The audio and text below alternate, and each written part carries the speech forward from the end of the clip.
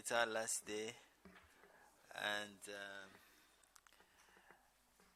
well, yeah, it's a bit sad because I was enjoying it, and I think we were having very interesting discussions, thought-provoking, and the good thing about everything was that it was very, very controversial, which is always good. So Ralph Weber, who was announced right from the beginning, has finally arrived straight from Ghana yesterday after a turbulent trip across the region, and he will have the honor and the pleasure of taking us to the end of the summer school with his always rich, thought-provoking and provocative ideas. So he will help us maintain the spirit of this summer school, which has been one of hard, critical, intellectual engagement.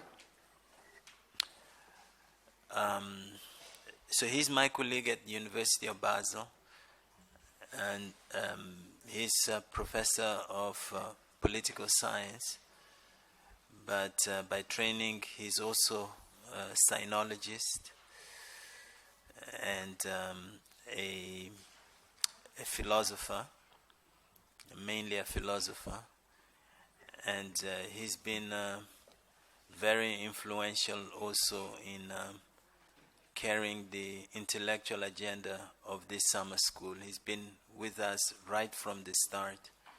So the two of us are the constants in this summer school. And then from CODESRIA, we usually have different colleagues from around the continent. But we are the most stable, we are the stable part of faculty for this. And the funny thing is that we don't agree on anything except that it's good to have the summer school and to have the discussions. So I think that's been very stimulating, at least for me, and that's why I'm always happy. And I'm very happy that he was able to make it.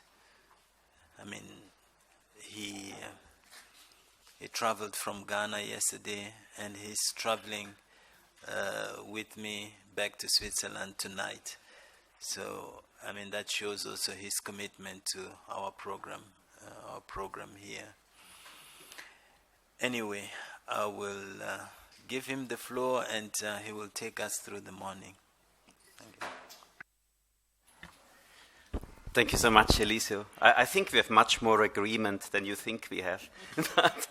But it's also good to know that we disagree on many things. No, yeah, I'm happy to be here, but of course also sorry to be here so late, right? I really looked forward to spending a week with you, have lunch, maybe in the evening, exchange. So this is a very, very short version of the summer school for me. Right, and I really, really regret that. Because this summer school, as Eliseo said, I think it's the 4th or 5th, I can't even count, time that I'm here. But it's also usually one of the highlights of my year, actually. I really enjoy this. And a lot has come out of the summer school, also in terms of continued collaboration, of exchange. So it's really something that I hold dear. It has been controversial at times, and I'm sure it will be controversial today. But as Eliseo said, actually, I think it's good. And when we come to the discussion, it might be one thing that academia is about, right? Disagreeing. So in that sense, you're welcome. Now, I'm not sure whether we can put up the slides again. There seems to be, the Meta's gone into hibernation mode. But I just say something about the title of today and then what I want to do, right? The title is Normativity, the Politics of Values. Now, as far as I understood, and Eliseo brought me up to speed a little bit about the week's discussions, right?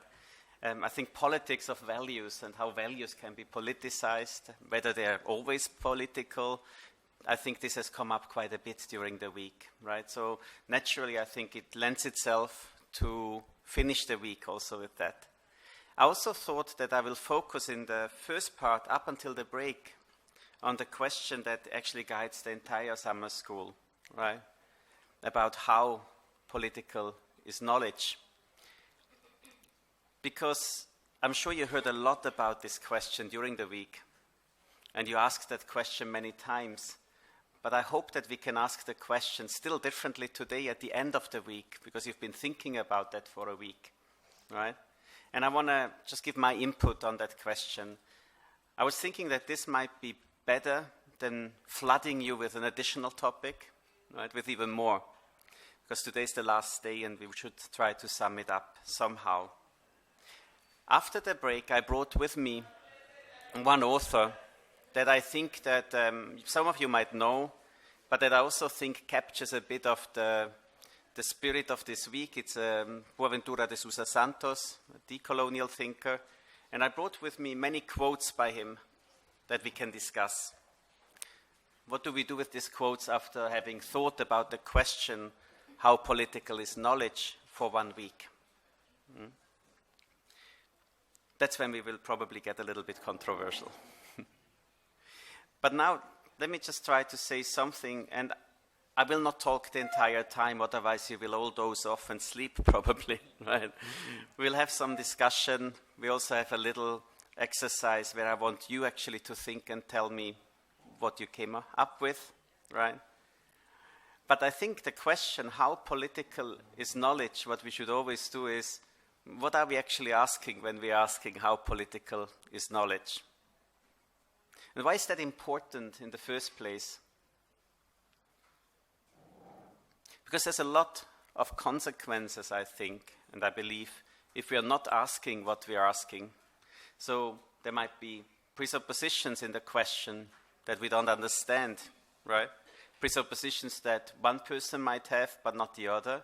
So how can we discuss about the common question if we're not clear what we mean by it? Worse, if one doesn't talk about the question, we might just exchange generalizations, right? Maybe problematic generalizations. And finally, if one discusses a question like the one, how political is knowledge? I mean, take a second. How big is that question?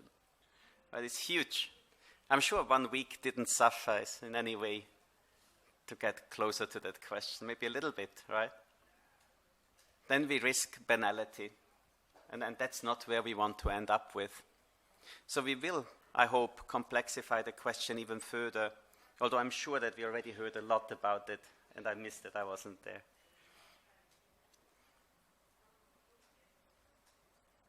First thing that philosophers like to do, I mean, the words in there. How political is knowledge? I will not talk about the E's, although I'm tempted, but political, right? And I know that you heard a bit about that also before, about the political, understandings of the political. And that would be an endless discussion, right? I do teach the history of political thought, and it's largely a discussion about what the political is, right? It's a lot there. I just want to give you maybe one distinction that I believe will be helpful later on again. And it's a distinction that a critical theorist has introduced, Raymond Geuss. And he talks about 2 ways of how the political can be thought about and has been thought about. One is the politics as subspecie consensus. I'm sorry for the Latin term. He calls it that way. But it means an understanding of politics and political that is largely focused on consensus, on reaching consensus. The presupposition being that in politics, there's actors who believe that they do politics in order to reach an agreement, to reach the common between the people, to reach a consensus on which then you can build beyond diversity, beyond disagreement. So easily you will recognize that's a liberal understanding of politics in many ways. liberal political theorists would often follow such an understanding. On the other hand, there's politics understood sub specie belli as a kind of war, that means struggle. The idea there, the presupposition is there's never agreement, there's never consensus. There's always hegemony, there's fight, there's struggle. That's what politics is. Politics means that you can't overcome struggle. It's always the powerful asserting him, herself over the other. Now, easily, or maybe as an easy example, Marxist, right? Marxism would be an understanding of politics as a struggle, which can only be overcome by actually winning, right? Winning out against those elements in society which you try to overcome. Now, knowledge, I'm sure you talked about that a lot, and we will talk about that again later on. Definitions of knowledge abound, right? Philosophy has been busy thinking about knowledge for all its existence, right? There is one maybe classical definition that nowadays in philosophy departments is no longer the dominant one, but I still think it's a helpful one. And some of you might know that definition, knowledge as justified true belief, right? It's a notion because of get-here problems in philosophy. We've become much more sophisticated about that. But I still use it a lot myself, right? And the thinking of knowledge as a belief that you have about something, and a belief that is true, and you have justification for believing it.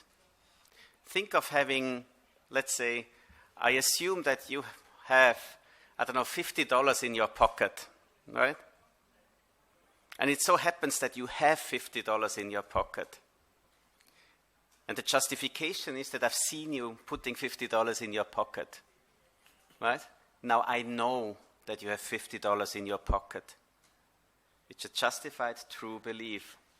Now if it is that you have $50 in your pocket, but I just guessed, right? Guessing is not justification. So my belief is still true, right? But it's not justified. So these three elements would be a classical way of understanding knowledge in philosophy. And the how is also important. How political is knowledge? Think about the way that we ask this question. We could have asked it in so many other ways, right? It seems presupposed in the question that knowledge is political. So we already answered the question, is knowledge political? With yes, and now we're asking, so how political is it? The answer to the how could be a lot.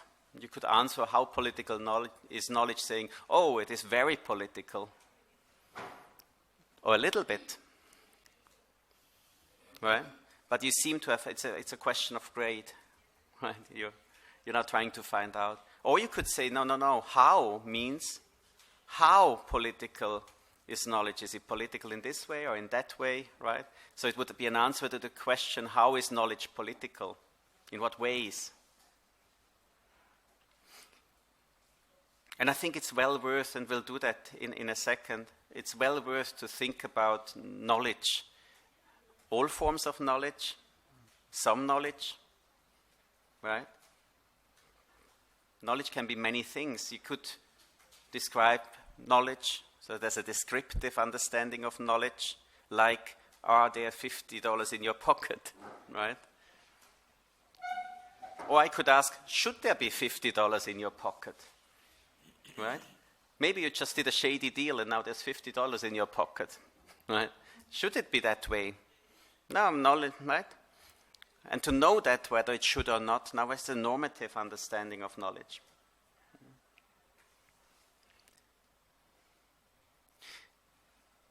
Now, when we ask how political is knowledge, I said we already ruled out that, or we already answered in a way that knowledge is political. And I just want to point out to the extremes of how you could answer that. You could say all knowledge is political. Just all knowledge, always, everywhere, is political. And I would assume that some of you actually entertain such a notion, right? Now, in philosophy, often we would say, oh, that's a conceptual overstretch.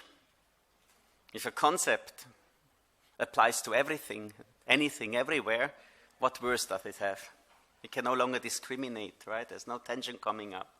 So you would possibly mean then something that's just a condition of human existence or something, right?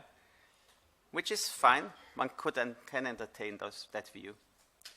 And the opposite is if you say, no, knowledge is never political. Well, right, you're probably engaging in some sort of naivete, right, towards politicization of the world.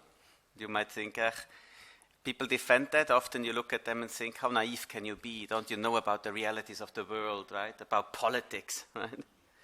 So these are the two ends, I think, of the spectrum.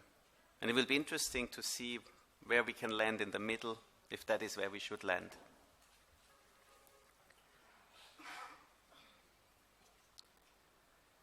A final point, how political is knowledge, is just who's asking the question, right? So positionality.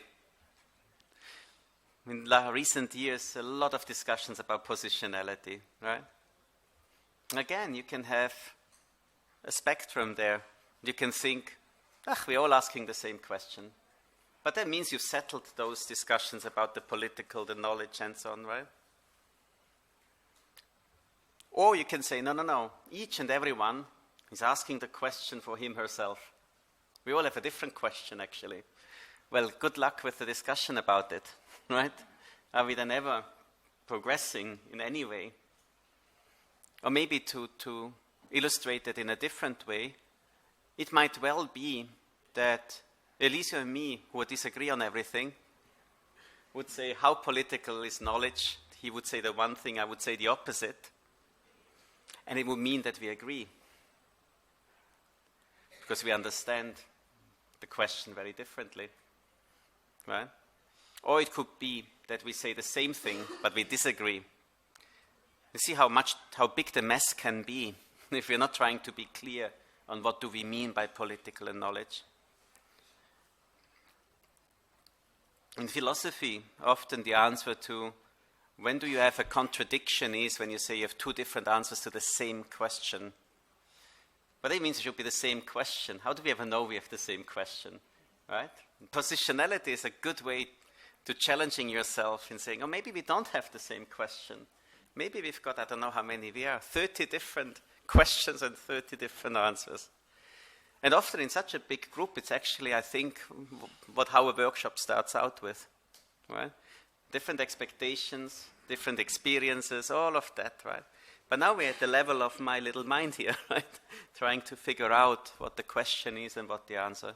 But in a group, over a week's time, I would hope, there's some anchor points you could put, right?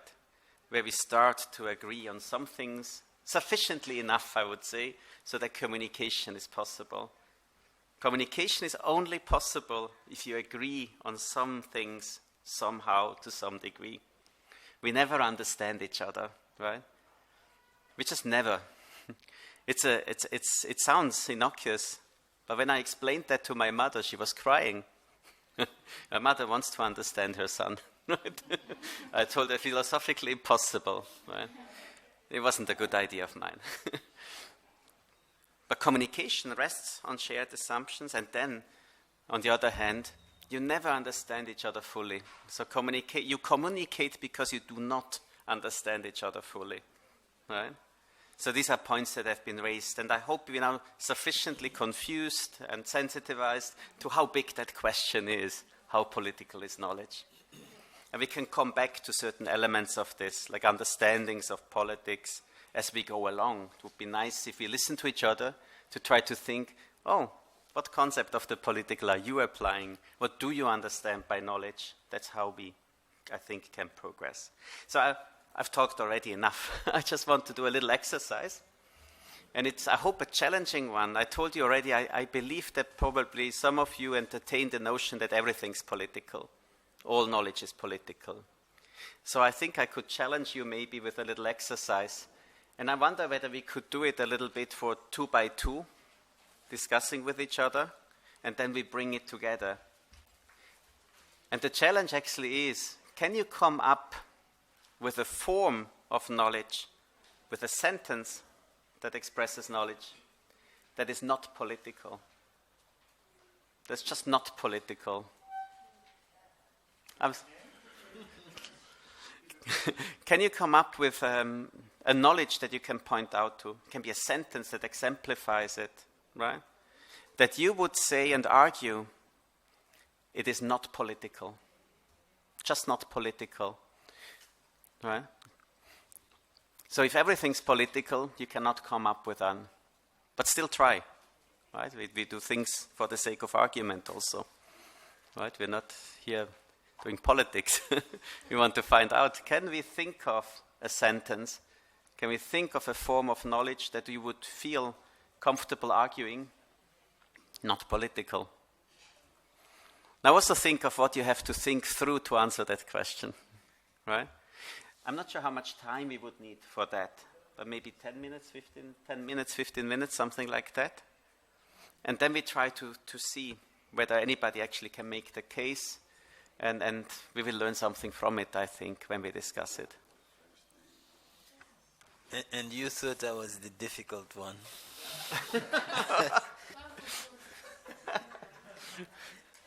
Moi, je voulais demander si vous vous êtes concerté avec le professeur, si vous vous êtes concerté avant qu'il ne prenne la parole, parce que on a comme l'impression que c'est ce que vous nous faites qu'il veut encore nous faire.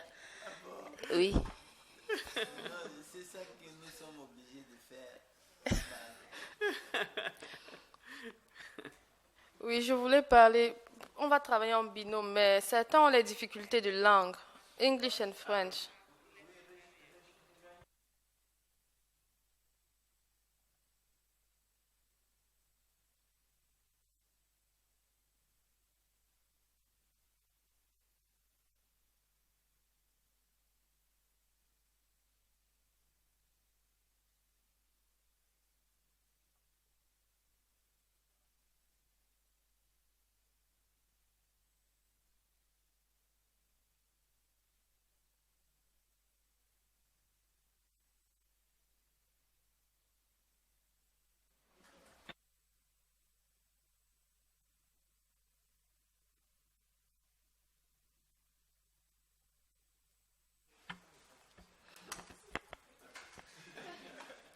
C'est bon? On peut commencer? Ok. Merci beaucoup. Comme je le disais, j'ai déjà comme l'impression que nous sommes en train de retomber dans le même cercle dans lequel le professeur Makamou nous mettait depuis le début de cette école d'été. Parce que déjà, à quel point la connaissance est politique, le thème central de l'école d'été, jusque-là, à mon avis, ne nous a pas encore été explicitement détaillé. Et quand nous allons finir ce matin, j'ose croire que aussi bien le professeur Weber et le professeur Makamo vont nous dire ce que nous devons garder en partant d'ici sur le thème central de l'école d'été.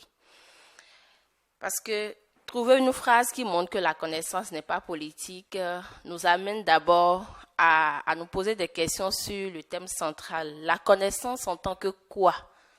La politique étant aussi polysémique, c'est-à-dire enfin plusieurs sens. De quel point de vue de la politique on parle? Et sans ces détails, il nous sera difficile de trouver une réponse. Lorsque j'ai voulu postuler à l'école d'été, en même temps que j'ai trouvé le thème intéressant, c'était vraiment comme un casse-tête chinois pour moi. J'ai veillé des nuits durant en téléchargeant des tas de documents à lire sur la connaissance, le savoir, parce que chaque fois je me dis, bon, est-ce que connaissance équivaut à savoir? Est-ce que politique ici équivaut aussi à pouvoir? J'étais complètement perdue. J'avais des tas de documents que j'ai téléchargés, imprimés, et chaque nuit j'étais au milieu des documents en train de chercher. Donc, je n'ai pas la réponse à la question du professeur.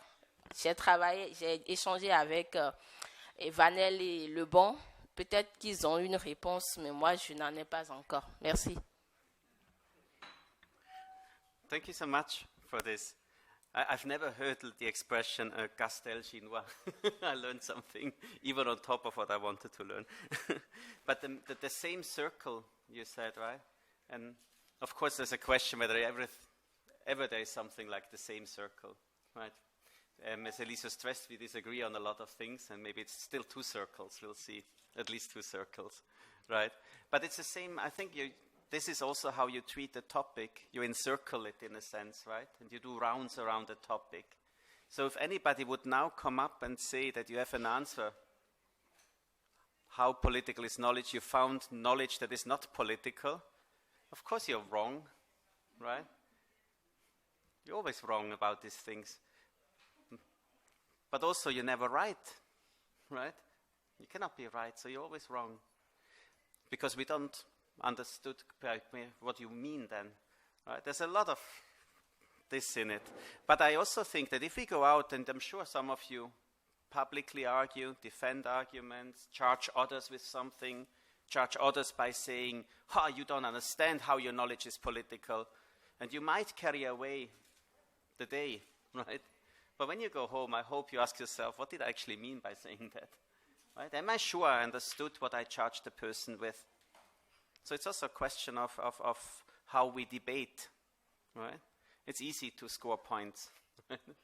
It's much harder to understand why you scored the point and in what exactly you scored the point, right? So I think it's important to do this encircling, and it will continue, I hope, when we go home. I will take, hopefully, a lot of points that I will encircle me in my plane trip back, right, with this. And I think you also pointed out, rightly, of course, politics is polysemic. It's like there's much meaning in it, right? But let's try to find out. So I would I think enjoy if somebody could give me a sentence, give me a form of knowledge you think is not political, if you would have to argue. Please, and then we go around like this. Thank you. I think maybe I might slide a bit also to the former speaker, because if you are saying knowledge is political, and there's every argument to argue that, perhaps there is not any argument to argue that it is not. You can never formulate a sentence that says knowledge is not. Waking up and wearing these clothes, it's political. Living, breathing, why don't I die? You know, knowledge will always be political. Even when you ask your mom, how are you doing, mom? It's already political. You know, why are you asking that? You know, there's always it. So I don't think there is knowledge that we can formulate. If in every turn, when we argue knowledge is political, we can formulate every, like you just said, means that maybe there is just an impossibility. And then now when you said that it's always my understanding and the other, we only know, we know knowledge also is political, also in an experiential perspective, because you might think your knowledge is universal, it's not political, but I tell you what this knowledge does to me. So therefore, I can be the one who also validates, you know, and even when we disagree, for example, coloniality is in the fact that coloniality does something for their colonizer. And then, you know, and when I respond back as decoloniality also does something back. So it's always that thing of always doing to each other. Thank you. Thank you so much. You gave a case rather for the variant that every knowledge is political, right? And I think all fair and fine what you said, but I think it's the easier case, in a sense. And I do think that later on we'll see how in your answer you actually gave us some elements, maybe to understand how you asked the question. You said, what knowledge does to people, right? So that presupposes there's knowledge and then this knowledge is used, right? And it does something to people. So I think there's a way of thinking about knowledge and politics where the politics comes in when something is done with the knowledge. Now, is the politics in the knowledge or not? You see, when you say it does something to people, we actually now have knowledge and a context to it, right? And then something is done with that knowledge to people. And now we have politics, and I couldn't agree more. But the challenge is the politics already in the knowledge? There's also ways to argue that. But you gave us a nice way to differentiate now, because that's what we want to do, right? At the end of this morning, I want to see a map. And I want to see knowledge, different versions of which. Sometimes the politics might be in the knowledge. We might discuss that. Sometimes the politics might be in what it does. It's in the context, how you phrase it, right? And I think we can learn something from that. I just Please. wanted to say, when I frame it, for me, the knowledge is already political, whether it has done something. The fact that I'm framing from a context, from why am I asking the question I am asking, there's politics even within me, even that knowledge coming out. So it's already framed, but what I've seen as a young person growing up by whatever. So for me, when it comes up, even before it's born because of politics. Let's do a round. Please, yeah. Merci. Moi, je soutiens la thèse que la connaissance n'est pas forcément politique, que la connaissance n'est pas toujours politique et que la connaissance n'est pas radicalement politique. Et mon ami et moi avons soutenu l'idée que pour vivre heureux, il faut s'éloigner de la politique. Parce qu'on part de l'idée que la politique est un espace de conflit, la politique est un espace de contradiction. Et pour reprendre un peu Emmanuel Kant, on peut dire que la politique est un champ de bataille où il n'y a ni vainqueur ni vaincu, et que la politique est un champ de ruine. Et de ce point de vue, effectivement, elle est incompatible avec la connaissance. Donc, si je ne sais pas, si je ne me perds pas, je pense qu'en fait, pour ne pas être dans la souffrance, pour ne pas vivre dans une contradiction, il faut véritablement s'éloigner de la politique et vivre heureux. Parce que celui qui vit heureux, c'est celui qui est dans un état de quiétude, dans un état d'ataraxie, pour reprendre un peu les philosophes, celui qui vit dans le bien-être. Or, on sait très bien qu'effectivement, la connaissance qui est à la base de la politique, cette connaissance elle-même peut tout simplement ruiner l'être humain, parce que c'est une connaissance effectivement qui implique des conflits, des contradictions, et même des guerres en fait. Voilà. Peut-être je vais laisser...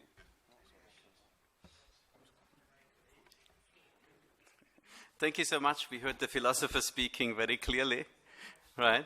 And making a case for the view that not everything is politics, right? So we're circling right now around what I called possibility of conceptual overstretch. Everything's political. Still have to find out to what extent that might be a problem or not, right? And now a plea for, no, there must be a distinction between knowledge that is political and knowledge that is not political, or between knowledge and politics as such. Thank you so much, please. Okay, good morning. I agree with my friend Lerato that the fact that we can conceptualize ideas and knowledge based on our experiences and socialization makes it already political. But further than that, some knowledge are still universally political. When you make a statement like, without food, people will die. I believe that is a universal consensus. So maybe, like the professor introduced initially, there is politics of consensus and otherwise. So based on this, I would say that some political knowledge is universal, like without food, humans would die. Thank you. Thank you so much also for giving us a concrete example to think about. Right? So you said, without food, people would die. It's a belief that you hold, right? There's justification by seeing that if people don't have food, they die, right? Maybe empirical justification in that case, right? Maybe justified because other peoples have told you. So knowledge that you gather by testimony, one would say, right? There's different ways how knowledge can be justified. Right? This will be important, I think, later on, right? And it's true, right? Because if you put a person into a room, no food will die, right? We know that. So it's knowledge. Still, you said political universal, right? Which is interesting. Now, I would almost want you understood how you try to combine that, right? Because if everything's political, then also this universal to some extent is political. But I wanted to ask you, at what point and how, in your view, does the sentence, that knowledge, the belief, let's say that belief, without food people would die, become political?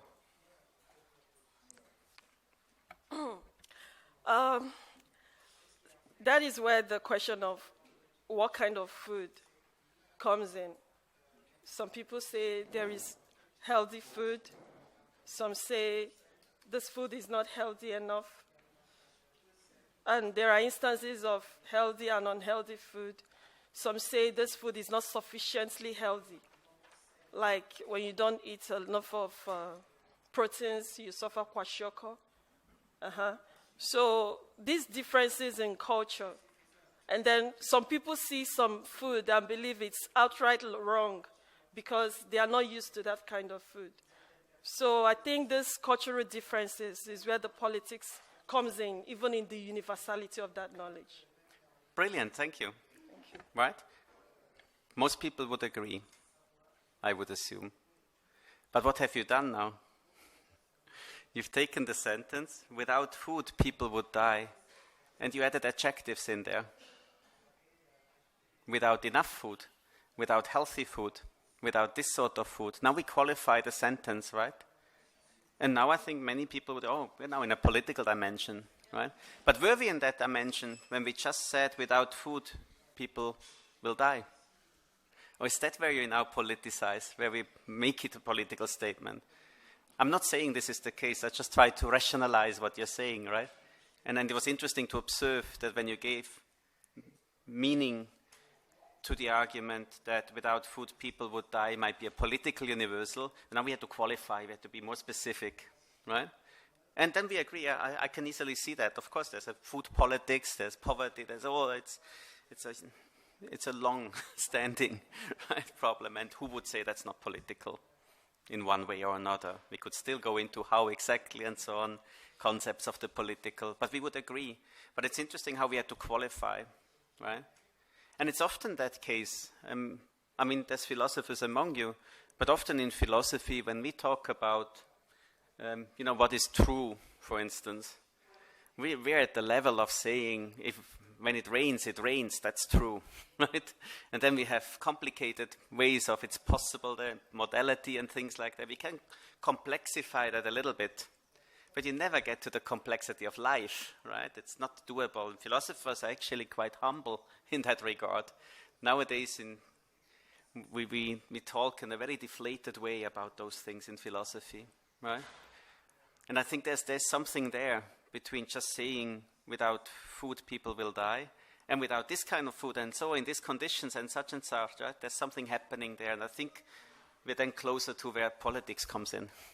But that would mean there's a way of saying it that is not political, right? So maybe that we're getting somewhere maybe there, right? Maybe that can be challenged. We're going in circles. That's what we do here. Now let me see. I think there was a hand then, and then please. Okay, good morning. There is advantage and disadvantage in speaking behind elites like seated here. Because someone disadvantage in the sense that someone might have already spoke your mind, and advantage in the sense that someone would have paved a way for you to come up with what you were struggling to articulate.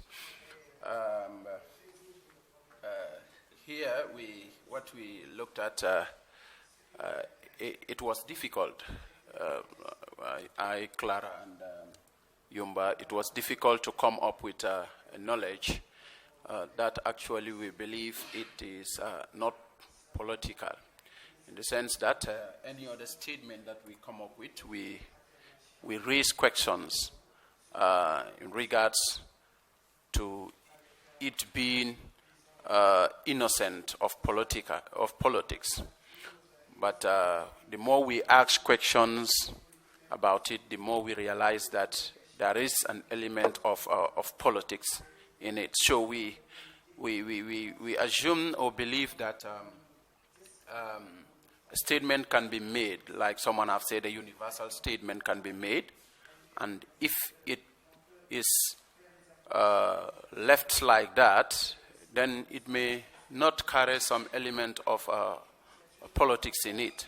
But the more you ask questions, why, how, when, then those double questions will begin to show its nature of politics in it. So we said, okay, one, we may not go to deep concepts, knowing fully well that all concepts, like we have been saying here over and over, are not innocent of politics. If you critically scrutinize that concept very well, you see an element of politics. So we said, okay, why don't we look at what we're doing here? Everybody's having a bottle of water. And we said, yes, universally, human beings need water. And if honestly we need water, whatever you use it for, it depends on you, the way you want to view it. But the concept of human beings needing water is universal. And that's what we agreed. We agreed on and said that until you dig into why you need water, what you're going to use it for, and when should you use it for, then those principles or concepts of why, how, when, and all those stuff will now turn it to be political. Thank you. Yeah, thank you so much. I mean, there's a long-standing discussion on these universals in terms of anthropological constants, right? It's a discussion that has raged in the entire 20th century, and it also got a lot of criticism, right? And that, I think, is one way of criticizing those things, right? But it's not quite clear whether that takes away from the statement that all people need water. Like, we're almost in a similar, right? You said when, how, when, so when we add that to that, then we're quickly in politics. So I think there's a real interesting thing in there, in this distinction between the sentence and the belief that I hold, right? And I mean, who holds beliefs? We do that as individuals. We do that as groups, right? Between an individual and a group, politics easily enters also, right? So there's a lot of things that we still need to add to all of this, I think. And you also said something that I found interesting, because you said there's an element of politics in there, right? If politics, everything is political, then there's an element of politics everywhere. That's the question, is that element in there, or is it added to it? That's why I think what we're a little bit discussing, right? Is it in there really? Because we're focusing on the political, because, politics, some definitions would also say it's about the existential. Politics is often about death and life, right? It's about enemies and so on. Politics takes us very quickly to a space where it's existential, right? But couldn't I say you know, everything is economic. Everything is economic. I'm sure somebody paid for that bottle of water, right, that we are drinking here for free. So from that point of view, why we're not having the discussion, is all knowledge economic, right? I'm sure everything's legal. So there's an element of legal in there. Why we're not having the discussion, what are the rules and conditions under which it was possible that this water is on the table today, right? There's a legal framework behind it. If I steal your water, you might bring me to court, right? And so on and so forth. So there's often a focus on the political, which I understand because it's so existential. But if concepts are such that they predicate across every context, right? Everything. Then I can come up with a long list of such concepts, and the political would be just one of them, if that is so, right? And I think, again, that maybe points towards the direction that when we say there's an element of politics in there, we need to think whether that element is in there or we add it. In there, so one sec.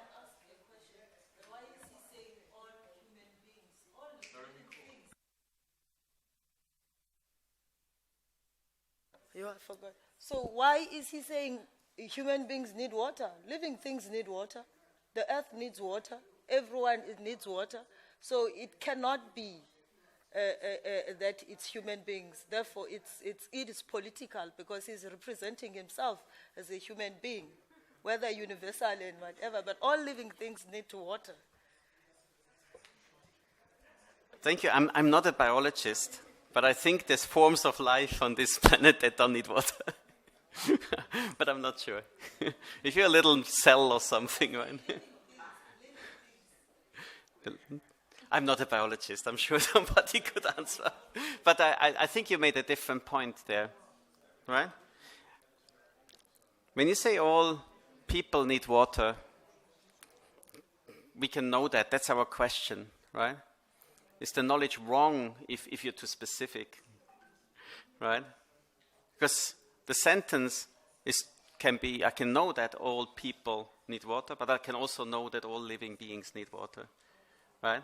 So the way you turned it was interesting because you then said, why is he presenting it that way, right? And it's, I think, important because we have, I think, nowadays, it's very hard to distinguish when we critically reflect about positionality and when we make an ad personam argument.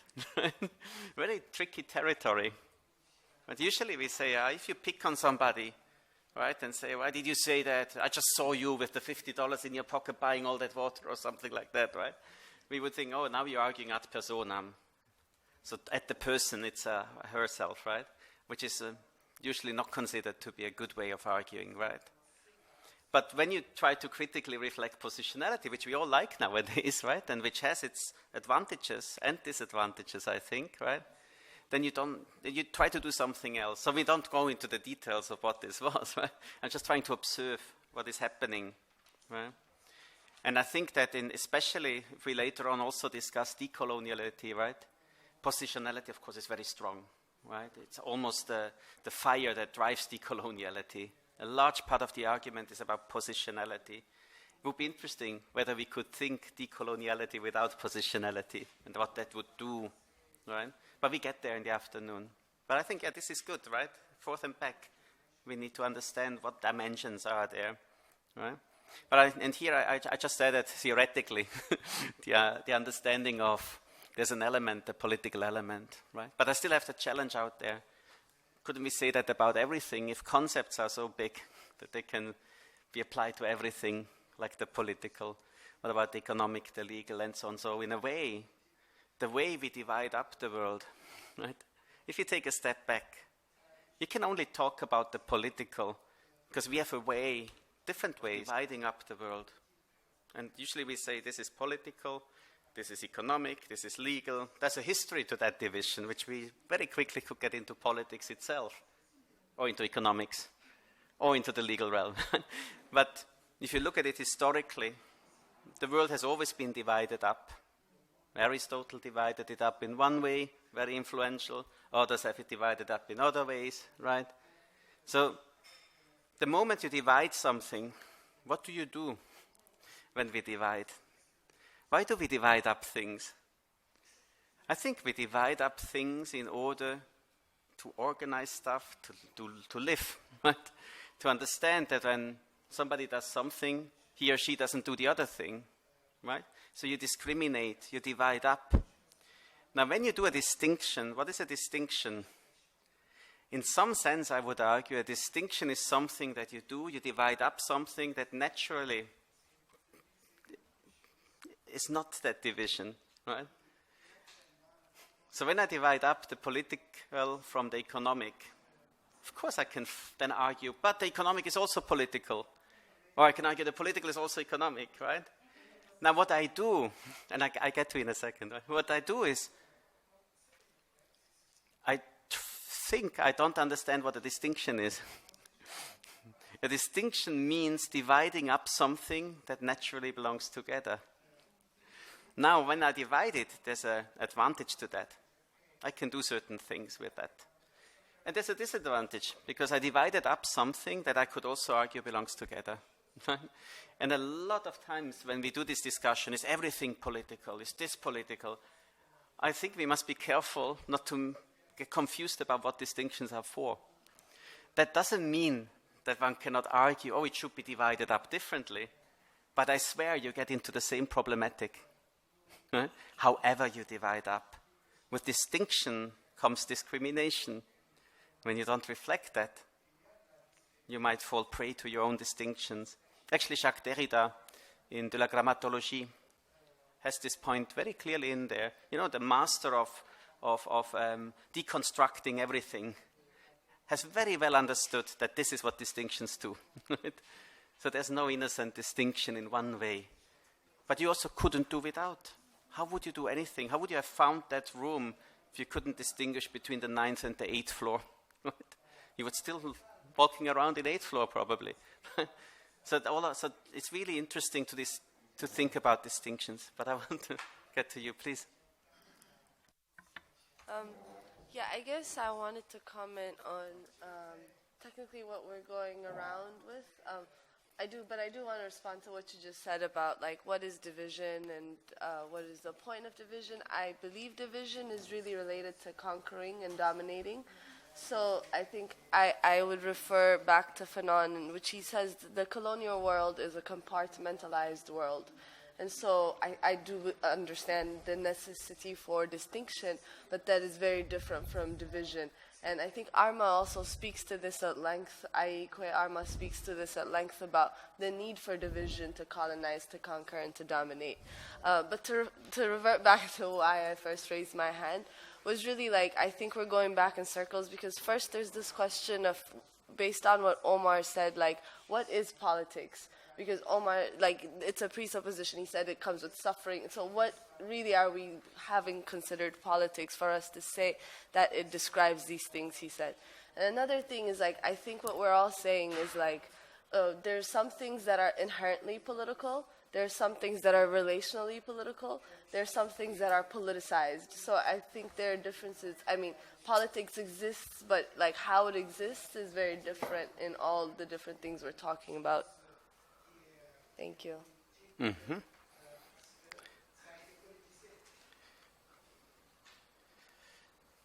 Very nice, thank you. Yeah, of course. But that was the point. Division can easily be thought of as being an exercise of power. Granted. Whether or not that applies to all division is still a question, right? When I distinguish between the bottle and the microphone, and now I take the bottle to drink from and not the microphone. I'm sure we can get into a discussion how that is political, but we also could have a large argument why that is not political, right? Depending on what we understand by and so on. And we have a long, long tail of assumptions when we talk, right? I like the way you said what is inherently political, if I understood correctly, what is relationally political, and what is politicized. I think that's a nice taxonomy to think through. Right? Of course, there's a lot of metaphysics in there. The distinction between inherent, right, and relational is really a tricky one, right? It's like when I try to understand a characteristic of a thing, and I could say the bottle here is made of plastic. I can understand plastic as a component inherently of the bottle that makes the bottle. But I could also understand the bottle, this bottle, as one that Ralph likes a lot, because it's my bottle, basically, right now, right? And then I have a relational way of defining what the bottle is, right? So there's a lot of metaphysics that come with that. Now that distinction I understand quite well between inherent and relational. How would you, to ask back, then bring in the politicized, because that's a notion I wanted to get at, actually. How does that link up with inherent and relational? Can both be politicized? And what is that politicized then? Is it just another way of relational, a subgroup of relational? Yeah. Right? How would you conceptualize that? Definitely. That's why I also want to comment on division, because really nothing in this world is like clearly divided. Many things in this world are clearly divided because relationality also is related to inherent. So that statement of all human beings need water. So the question is, if we are considering what the definition of human beings is, it can be inherent because our context has defined human beings in a certain way. But if I'm looking at it in like, generally we all agree human beings do need water. So I am politicizing it if I'm saying it in a certain place, in front of a particular audience, then it's politicized. And then it can be relational, because I was thinking of ethnicity, right? Like how ethnicity can be politicized, but like ethnicity itself can be the basis for political organization. So it can be a relational form. So there is no like clear boundary of how I view it is there is no clear boundary of how it's going to work. But the point is there are different ways of looking at it. Thank you so much. I wonder whether relational then is not where we also get into this question of having divided up something and then say, but it's related, right? Which is what a division always does, right? You can argue always both sides. You can emphasize what you think is different and therefore you had reason to divide it, differentiate it, or what was actually making it one thing before you divided it, right? There's both sides to it. And it seems that the discussions that we're having about relationality, which are, by the way, quite dominant discussions in sociology, in some fields, right? It seems that this is complicated there, how to do that. The other thing I had is, it was interesting, I think you know the point of power with division, that comes with division. It's of course one that, it's a good example, but also an easy example to say colonialism, right? And link the power of division that colonialism brought with it. But I would claim even fighting that requires divisions, right? If you take a Marxist standpoint, it's all about division of society, even in an ontological sense, not just an artificial. There's a much stronger claim than the one that I said, but there will be a way of saying this society is divided in at least two groups, right? And you believe in that, right? So I don't think thinking would be possible without dividing. Right? So you always divide. And then there's a question now, does power only come with colonialism? Is there something specific about that? So we could get into a domain where dividing without politics would be possible? Or is it then just always hegemony versus hegemony? And to link that back, then we are applying an understanding of politics sub specie belli. It's always a fight and a struggle, right? But it's important to know that this is the presupposition that we are having, that this is how political should be understood, right? By the way, just before I come, 1 second, because of course I should also have mentioned at the beginning, there is in feminism, since the 70s, the idea of the personal is the political, which is also, it's an interesting reference point, because it was a very dominant, and is a dominant one in discourse, but it has a very encompassing understanding of politics, because then also everything is possibly political, right? So it's another reference point that we have in the discussion. Now I must see that you and then you, right? And, sorry. You. Thank you. Please. Yeah. Oh, you just waved to me. I'm joking. I'm joking. then let's see. Then it's then I saw your hand. You and you. Ok, Please. merci. En fait, je voudrais un peu revenir sur la question de la relation, sur la question de ce qu'elle a appelé de l'insécable, ok? De peut-être ce que l'on pourrait appeler avec peut-être glissant, hein, relation, mélange, etc.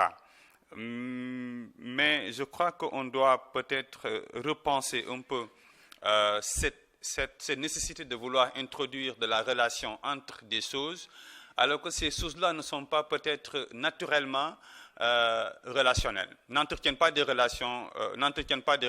Prenons l'exemple, pour revenir un peu à la question de départ entre la connaissance et la politique. Prenons l'exemple de la science et de la technique.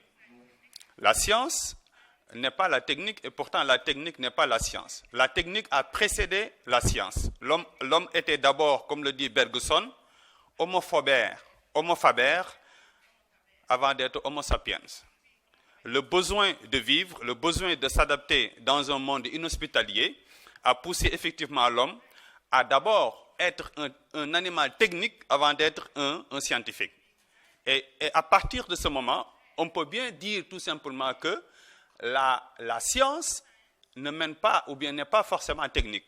Bien vrai qu'il y a eu effectivement une évolution qui a fait qu'effectivement aujourd'hui on ne peut plus dissocier, on ne peut plus séparer la science de la technique. Mais originairement, science et technique effectivement se distinguent et sont véritablement différentes. C'est dans le même sens que j'inscris effectivement aussi la politique et la connaissance. Je pense que la question devrait plutôt être: est-ce que la connaissance et la technique sont nées, est-ce que la connaissance et la politique sont nées en même temps? Ma réponse est véritablement non. De mon point de vue, la connaissance et la technique n'entretiennent pas forcément une relation indécirable. La politique et la connaissance ne sont pas forcément liées. Bon, en fait, je peux donner un exemple banal. Je dis qu'en fait, peut-être si la politique et la connaissance étaient liées, Socrate ne serait pas condamné à mort. Parce que la condamnation de Socrate, le procès de Socrate, c'était un procès entre la connaissance et la politique. C'est la politique qui a condamné Socrate. Et Socrate voulait effectivement s'opposer avec une politique existante à partir de la philosophie, à partir de la science. Un autre exemple aussi qui montre que la connaissance n'est pas politique, n'est pas forcément politique, c'est effectivement Galilée. Galilée représentait la connaissance, la science. Et l'Église représentait tout simplement la politique. Et la politique a fait condamner tout simplement la connaissance, la science. Toujours par rapport à l'exercice. Pour tout simplement dire que nous devons peut-être apprendre un peu à nous défaire de certaines évidences. Il est très évident de dire que non, il n'y a pas de connaissance là où il n'y a pas de politique, il n'y a pas de politique là où il n'y a pas de connaissance, mais si on campe bien les concepts, si on arrive à élucider les concepts et à les clarifier, on verra tout simplement que cette relation-là, que l'on croit que c'est une relation naturelle, inhérente, ne l'est pas forcément. Peut-être ça l'est du point de vue de notre pensée, de notre réflexion. Peut-être que nous réfléchissons de sorte que nous pensons qu'il y a relation, mais au fond, il n'y a pas effectivement pas de relation. Et pour bien comprendre cela, je vous demande de vous référer au rapport d'antériorité qui existe entre la science et la technique, entre la technique et effectivement la science. Thank you. So we have another example, or a proposition for an example, right? For how one could argue like something as being not political. That was the task also, right? So we had without food people will die, right? This is a different sort of argument that we're hearing, right? Between technique and science. Yeah. Voilà, que ceux qui doivent faire le test Covid, ceux qui ont reçu le mail de Dominique hier, il est l'heure d'y aller. Munissez-vous de vos passeports, s'il vous plaît. Merci. Thank you. So let me see where we were, because I want to forget many voices. You're next, and then you. Yeah, please. Yeah. No, I wanted to, I think now I'm not sure where you were about power, because I wanted to get into the, I don't know if I would say divisions or diversity or how to say it. But for example, I just want to give an example. In my culture where I come from, we have different clan names. People belong in different clan names. Of course, when you historicize this, you'll find out everyone is related to the other. But if these ones are Black Panthers and we are Lions and they are Water, they live under the same community. We can have a ceremony, the Black Panthers can have a ceremony. It's about their healing, what they are struggling with as a family. We might not even know what they are struggling with, but because we are living in community, there's a responsibility as community that when they having something, we should go and assist. So we are going to assist, fetch water, fetch wood, and on all the things that they need to make it possible for their healing. But on the day of the healing, all of us take a step back, and leave them to do their business.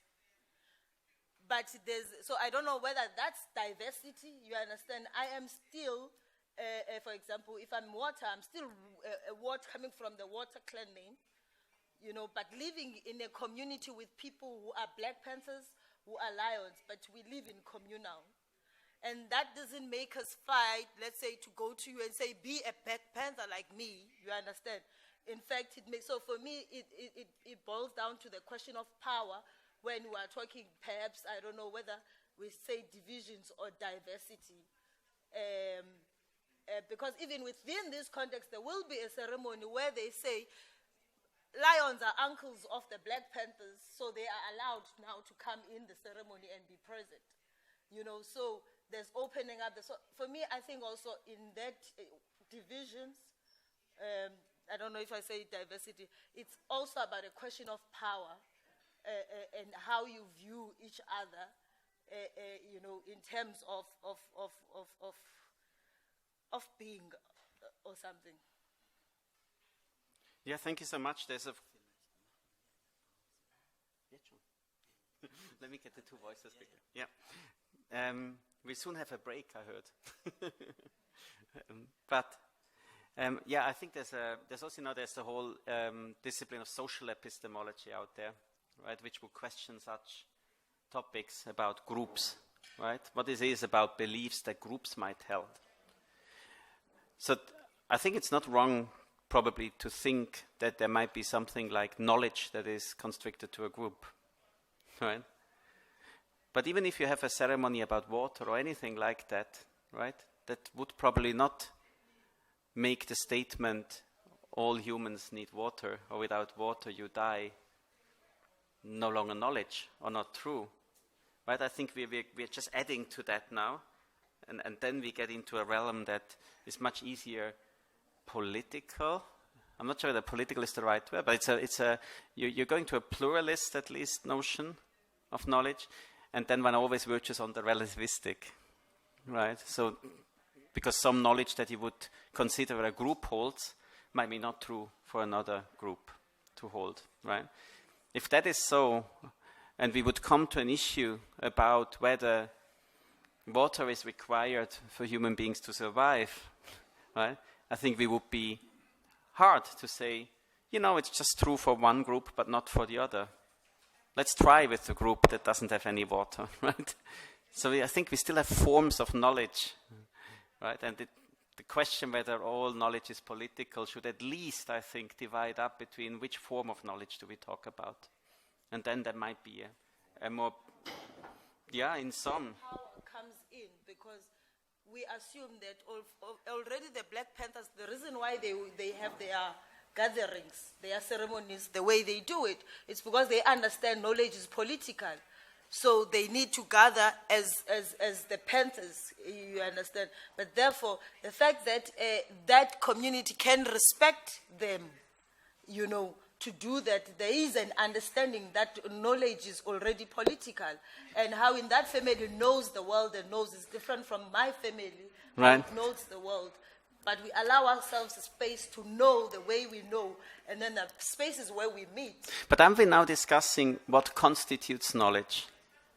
What is the body of knowledge that in a certain group is accepted as being knowledge, right? Now, very quickly then we're in politics, right? And that's where colonialism is a wonderful example in many ways, right? Because it said this is knowledge, this is not knowledge. But did it make the knowledge somehow not being knowledge because it was used politically? So that borderline I'm still interested in. Isn't it so that we have things that you could argue, they're just not political, but if I use them in a certain way, if I tell you, for instance, this is knowledge that you should know, right? Or this is knowledge that you have to know, and I walk around the place here. Now it's political, now it's power, right? But is it power at the beginning? Is 1 + 1 = 2 in the beginning political? Or is it that it is the basis now? You could count differently, right? It's easy to imagine mathematically that 1 + 1 = 4 or something like that. But we all have the same base in mathematics, right? Why is that so? I think there's politics behind there, and you could tell a history, you could write a history about how it came that today we all accept 1 + 1 = 2. But does that mean that if we agree on the base of mathematics, that 1 + 1 = 2, that is somehow not knowledge? So isn't there two spheres? One about which is true knowledge, if you accept certain conditions, but that's not me knowing about the mathematicians and natural scientists and so on. And then there's a way of how everything could be made political. So I'm still interested in the politicization issue, right? And I wonder whether it would not help our discussions if we grant that there's spheres out there, they don't want to be political. And it would be disastrous for natural scientists if they try to mend climate change, right? Which is clearly a political issue in many ways. But if it's for certain people who try to get at the problem, if they sit there and think constantly, oh, but I'm doing politics, right? I'm not sure where we will get it there, where we want to be. So sometimes it's also important, sociologically, I think, to isolate realms and say they don't have to think about politics. That's why at the beginning I said, who's asking the question? Now we have a group in here, I think, from the disciplines, right? More social sciences, humanities, right? I think this discussion would be very different with natural scientists, right? And of course it's important that political scientists, ethnologists, sociologists think about how natural scientists are political when they do what they do. That's important, right? So it's much harder for us to accept that there should be a realm that is not predominantly interested in whether that's political when I try to maybe make sure that climate change doesn't affect us the way it might or does, right? So this distinction, I think, is very important when we come up with questions like, is all political knowledge, and we all feel we know? Yes, of course it is. As you all emphasize, experience, background, right? It might also be your way of looking at the world, the disciplines, and make you answer that very easily and quickly. Yes, of course it is. But I think that must be really just too quick, right? I would love to have an answer to how political is knowledge which says, oh, if I understand this, if I look at that for this problematic, yes, it is, and I will argue for that. But I always would want to be free to say, oh, if I do this and this with it, no, of course not, right? And if I assume that the world is about natural relations, as you made an argument, right? For some people, some disciplines, I think it's absolutely fair to think natural relations, they exist, that's what I do with it. From a political theory point of view, there's just no such thing as natural relations, right? Because you see power everywhere and so on. But I think it's really a question of humility not to think that what oneself is doing is what everybody should be doing, right? That's very imperialistic, right? So we must have, I think, a society in which people do different things, we check on each other, right? But that does mean also we should be careful in saying everything's political. What are we actually saying? But is that what natural scientists should be concerned about always? Doesn't mean they should have a good seminar on the question, right? Now I'm seeing some hands, but I was also told by Elisa we should do a break. So I would suggest that we do a break, and then I remembered you have a question, right? You have a question, and I just saw a hand there. So I will remember the three of you, and we continue after the break. And then I also want to put up some quotes by Boaventura de Sousa Santos, just to give you an example of a concrete, very influential decolonial thinker. And then we can see from what we discussed this morning, how can we discuss these quotes, right? And hopefully learn something about what he's saying, so we understand what he's actually saying. So when we would want to criticize him, we know what we criticize him for, right? But I need a coffee, definitely. I'm sorry. So let's have a break. Thank you.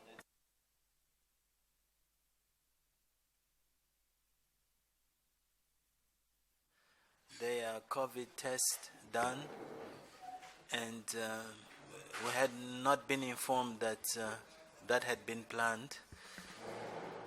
Otherwise, we might have organized the program in a different way.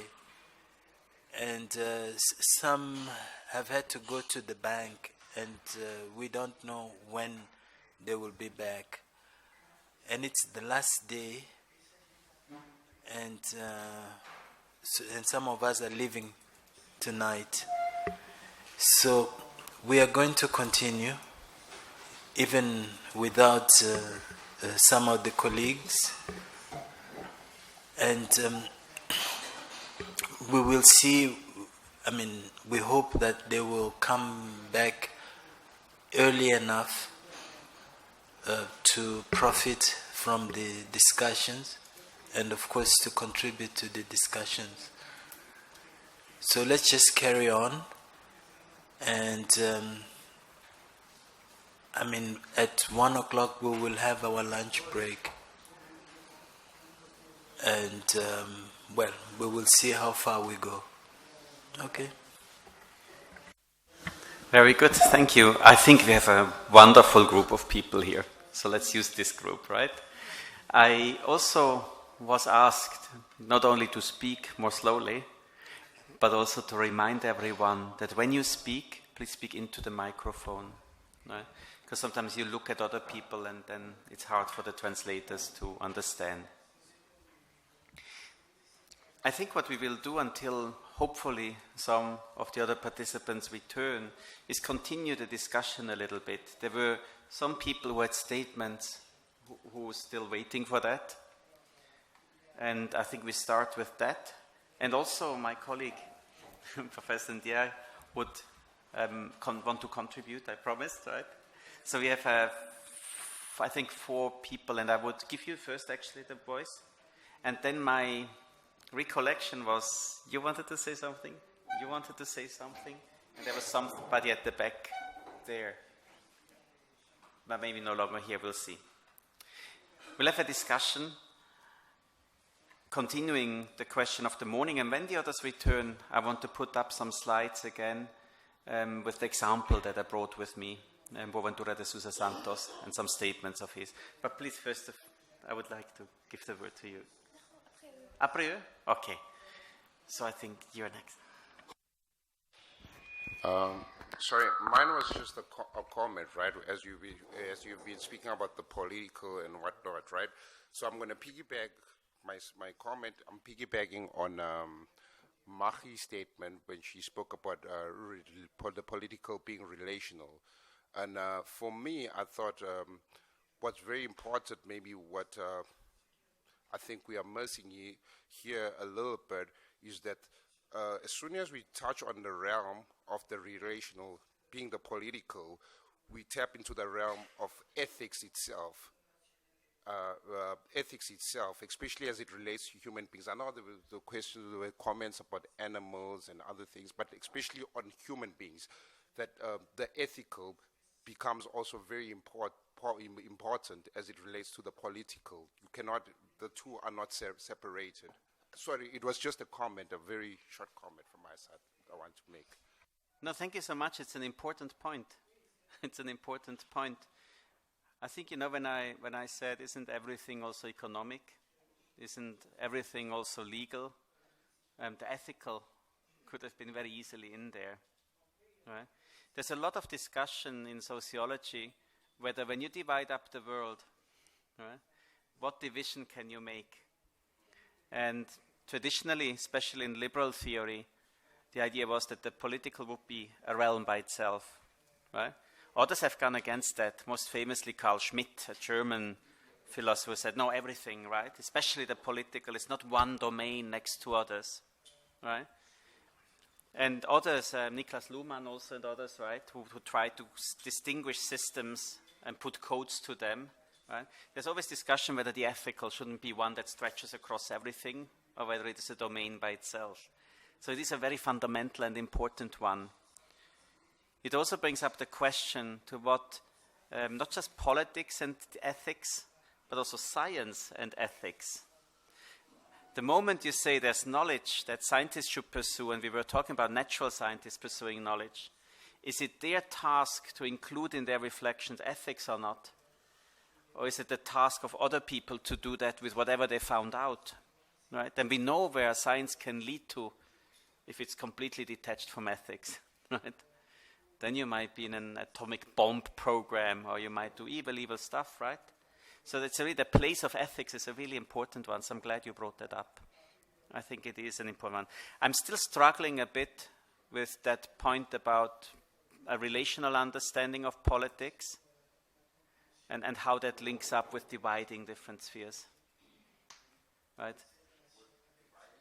Dividing different spheres, because in order to be relational, you must distinguish politics from other spheres, right? Or entities must be some political, some not political. And then relationality often brings in these other domains and says, no, a relational understanding of politics would look more at how things are interdependent, how things are related to each other, right? But are they all political? No, I absolutely agree with that. So as much as I was piggybacking on my colleagues' comments in here, I also don't think like they are separate in itself. For me, it's very interesting in a sense that science itself, there's been people when I say science, I use the word in inverted commas, in physics, to have come to this realization. I don't know if you're familiar with David Bohm's work, that the problem precisely is fragmentation. So even with studying minute particles, that the observer is the observed. By the way they look at things, they have an impact on whatever they're studying and looking at it by your mere presence. Sorry, I don't know if I make sense, but yeah. No, that makes sense. Yeah, I mean, it's the point that in natural science, they come to understand that the way you observe something actually changes the thing, right? So there's this discussion about that, yeah. It is a complicated dimension there, and what effect that has, and how that effect would enter the level of politics, right? It still could be an effect that is good to know about, but we could still argue for and against whether that has anything to do with politics, right? And then we would get, I think, into very similar discussions about, is it the context that is now making it political or the thing in itself? I would still, and I would actually argue that case and try to defend it, that a statement like 1 + 1 = 2 is not political, right? But I would also argue I can make it political in an instance. But now I'm attaching a perspective to it, I'm attaching a problematic to it, that it does not necessarily have to be in. Because it doesn't have to be necessarily in that context, right? I think I can argue it's not political in itself. Now that might not be interesting for our concerns when it is about how can we have less inundation in the streets of Dakar when it rains, right? Maybe that's just not the concern there. But in itself, I think it's important to always argue that not everything is political, I would say. Because then to say that something is political has actual value. You're actually saying something now. You're discriminating, and that can be helpful, right? Maybe coming with a lot of problems. But that's why I would insist on distinguishing in the end. And I also think that if we think about it this way, it might help us to be more precise what we're actually meaning when we say this is political or that is political. And that means in practice you might have a better impact. You might actually move things around. If it becomes like a knee-jerk reaction to say everything's political, everything's Eurocentric, everything is this or that, I just fear that we're missing out on impact about the things that we're really concerned about, right? So I think that's what is up to this for discussion also. It's just the way I would argue. Yeah. I think to you, yeah. Bonjour professeur, merci. Bon, je me présente à vous également. Je suis Dia Joël Fabrice, doctorant en sociologie à l'Université Félix Houphouët-Boigny d'Abidjan. Aurélie et moi, on a eu à travailler sur un sujet qui, on va dire, est une continuité de notre exercice d'hier soir. Cependant, pour certains soucis de compréhension, on n'a pas voulu directement aborder de l'aspect de la surpolitisation des mesures gouvernementales de santé publique auprès des communautés virtuelles Facebook en Côte d'Ivoire. On a juste limité le thème aux mesures de santé publique en Côte d'Ivoire. Et dans notre argumentaire, on voulait démontrer que la connaissance peut être neutre, donc pas nécessairement politique, et politique dans la mesure où elle est intégrée dans un contexte qui est différent. Je m'explique.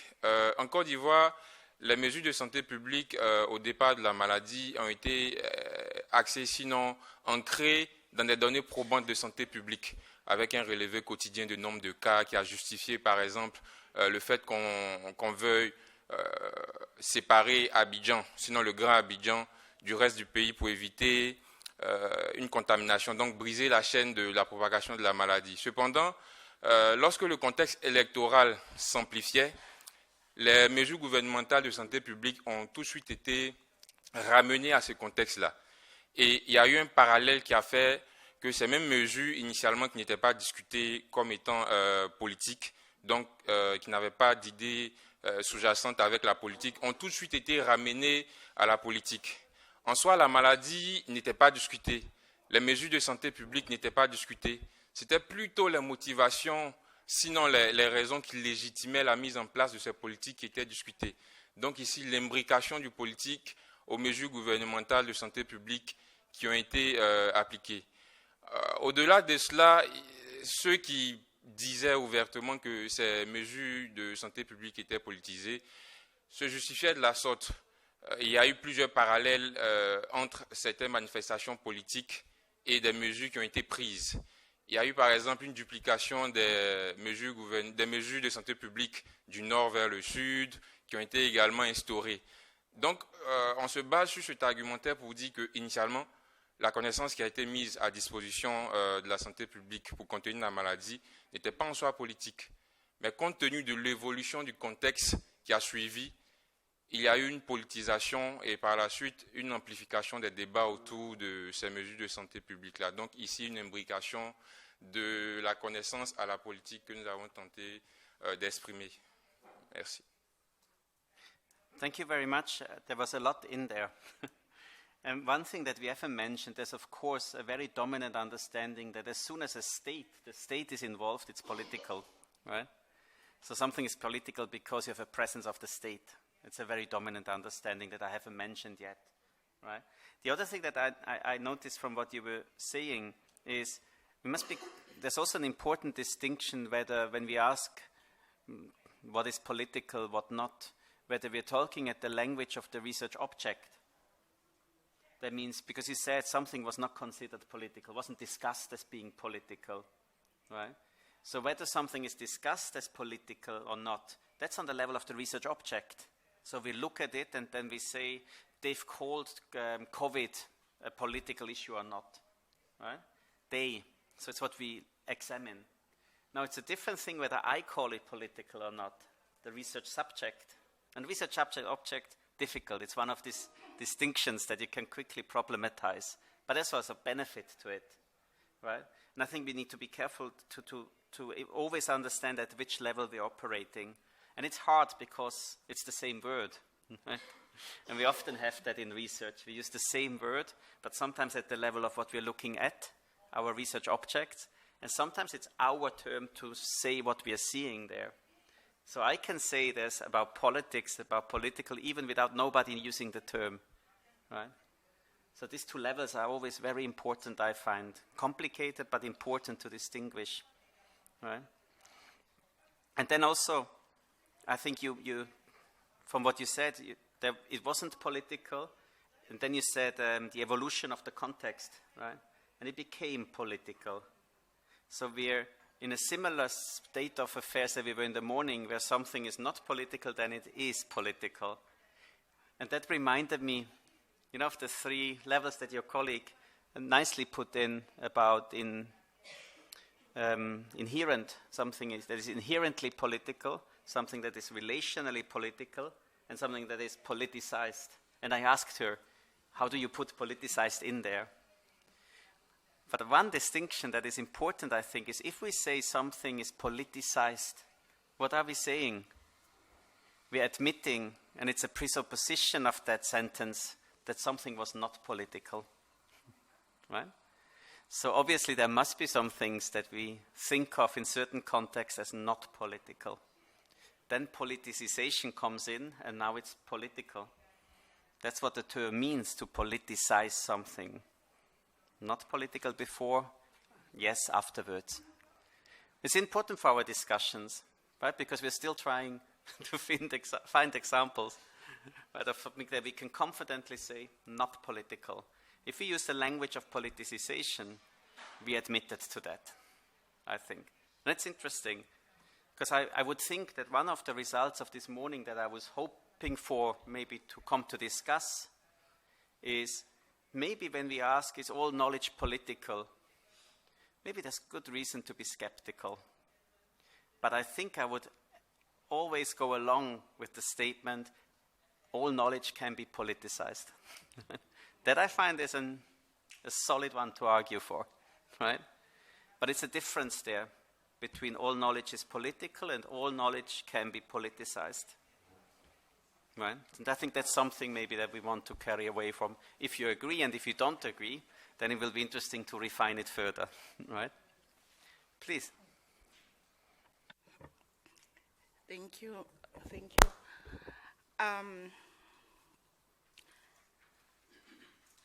I think that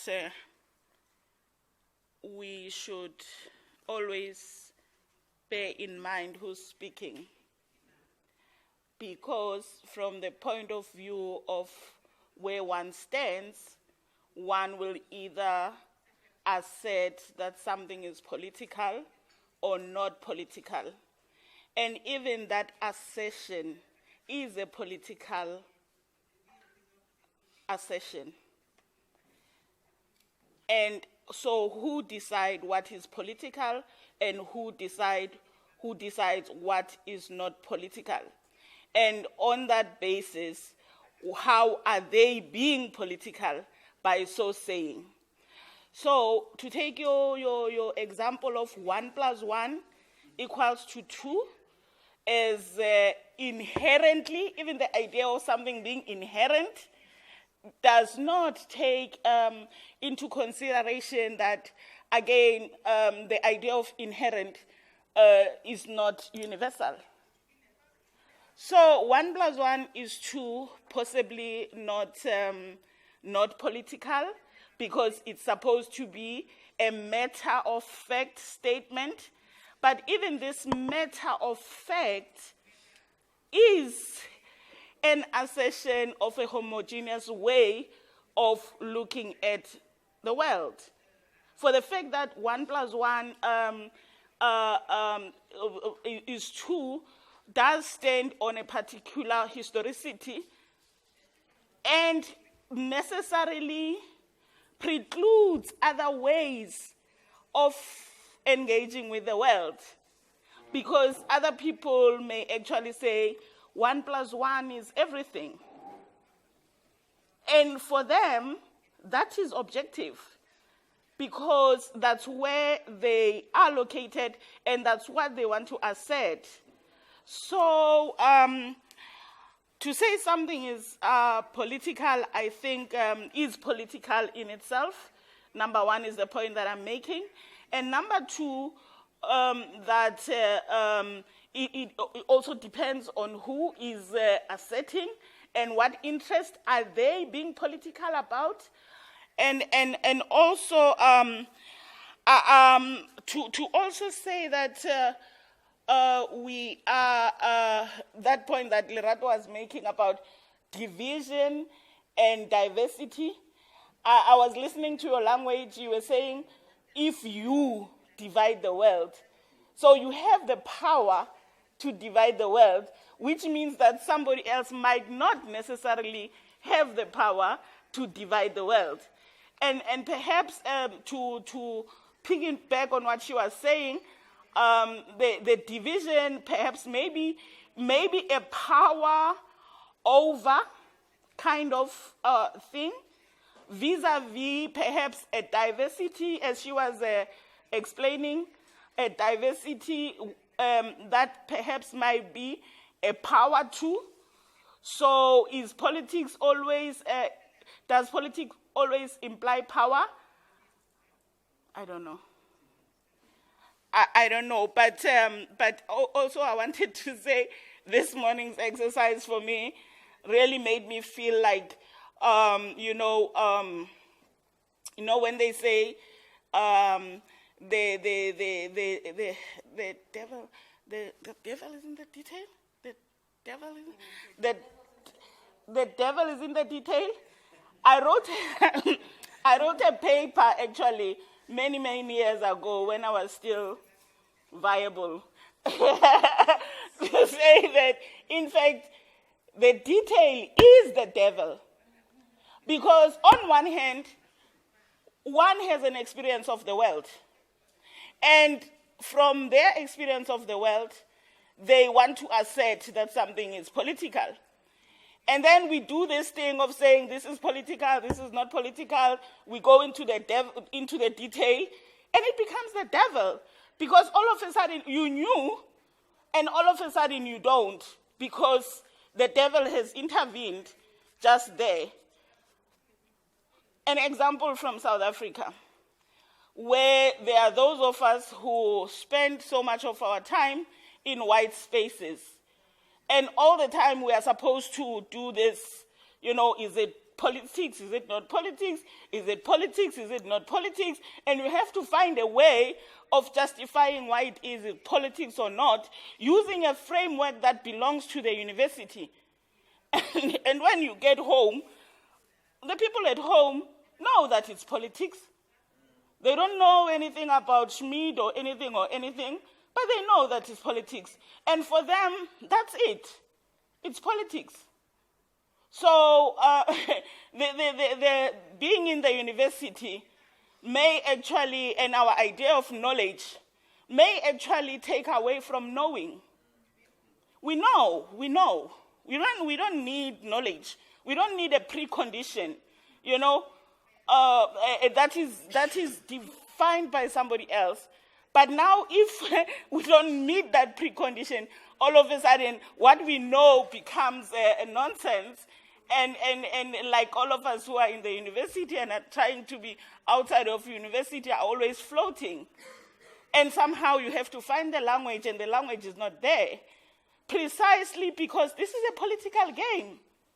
It is a political game. Thank you so much. Yeah, there's a lot in there of what you said. Let's try to say something, and then. But there's a lot in there, and I agree actually with a lot. I think a lot of it we have also alluded to in the morning, right? I think because you brought the example from South Africa, right? I'm probably okay to say St. Augustine. He has this famous saying, right, I always knew what time was until I started thinking about it. Now I no longer know what time is. That's maybe this tension, right? So, but it also means a distinction between practical knowledge and theoretical knowledge. Practical knowledge is I know how to open the door, right? But if I'm nervous and I think too much about it, I mess up maybe, right? So there's all levels of practical, and I try to theorize what does it mean to open a door. Philosophically, I could quickly problematize, right, this thing, and then we don't know, right? So I get that. But also I'm not sure whether practical knowledge is just what we want to settle for and say that's enough, that's good enough. Because there's an inherent link, I think, between practical knowledge and populism, between practical knowledge and this and that. So I think we still need to theorize, right, even if there's problems in there. And the other thing that I noticed that I think is interesting maybe is when you said, you started off with positionality. So you said it's always from a certain position that we say this is political or this is not political, and we need to reflect that. I agree, but when you then at the same moment say, so even that assertion is political, right? Then that assertion also is conditioned by the positionality from who says it, right? So that makes it difficult. Now, if we follow the positionality argument to its logical end, not sure whether we can talk to each other, right? So there's a limit of positionality. So when you want to convince me, as I think you tried, that everything's political, then I can quickly say, yes, but that's your positionality. So when does positionality become an immunization argument, an argument that immunizes me from criticism, right? I think that's a really important question, because positionality can be powerful to use. And it might be right to use, I agree, but it cannot be the last word in this discussion, I think. Given the history of the world, are some people not immune to the same standard of critique?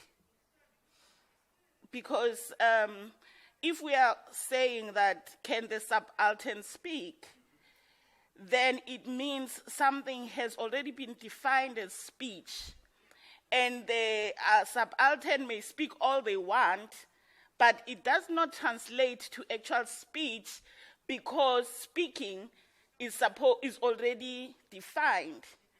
So the idea that there's theory and there's practice is in itself a way of seeing the world. It is, and to say that one is superior to another, it's yet another way of seeing the world, which does not apply to everyone, I don't think.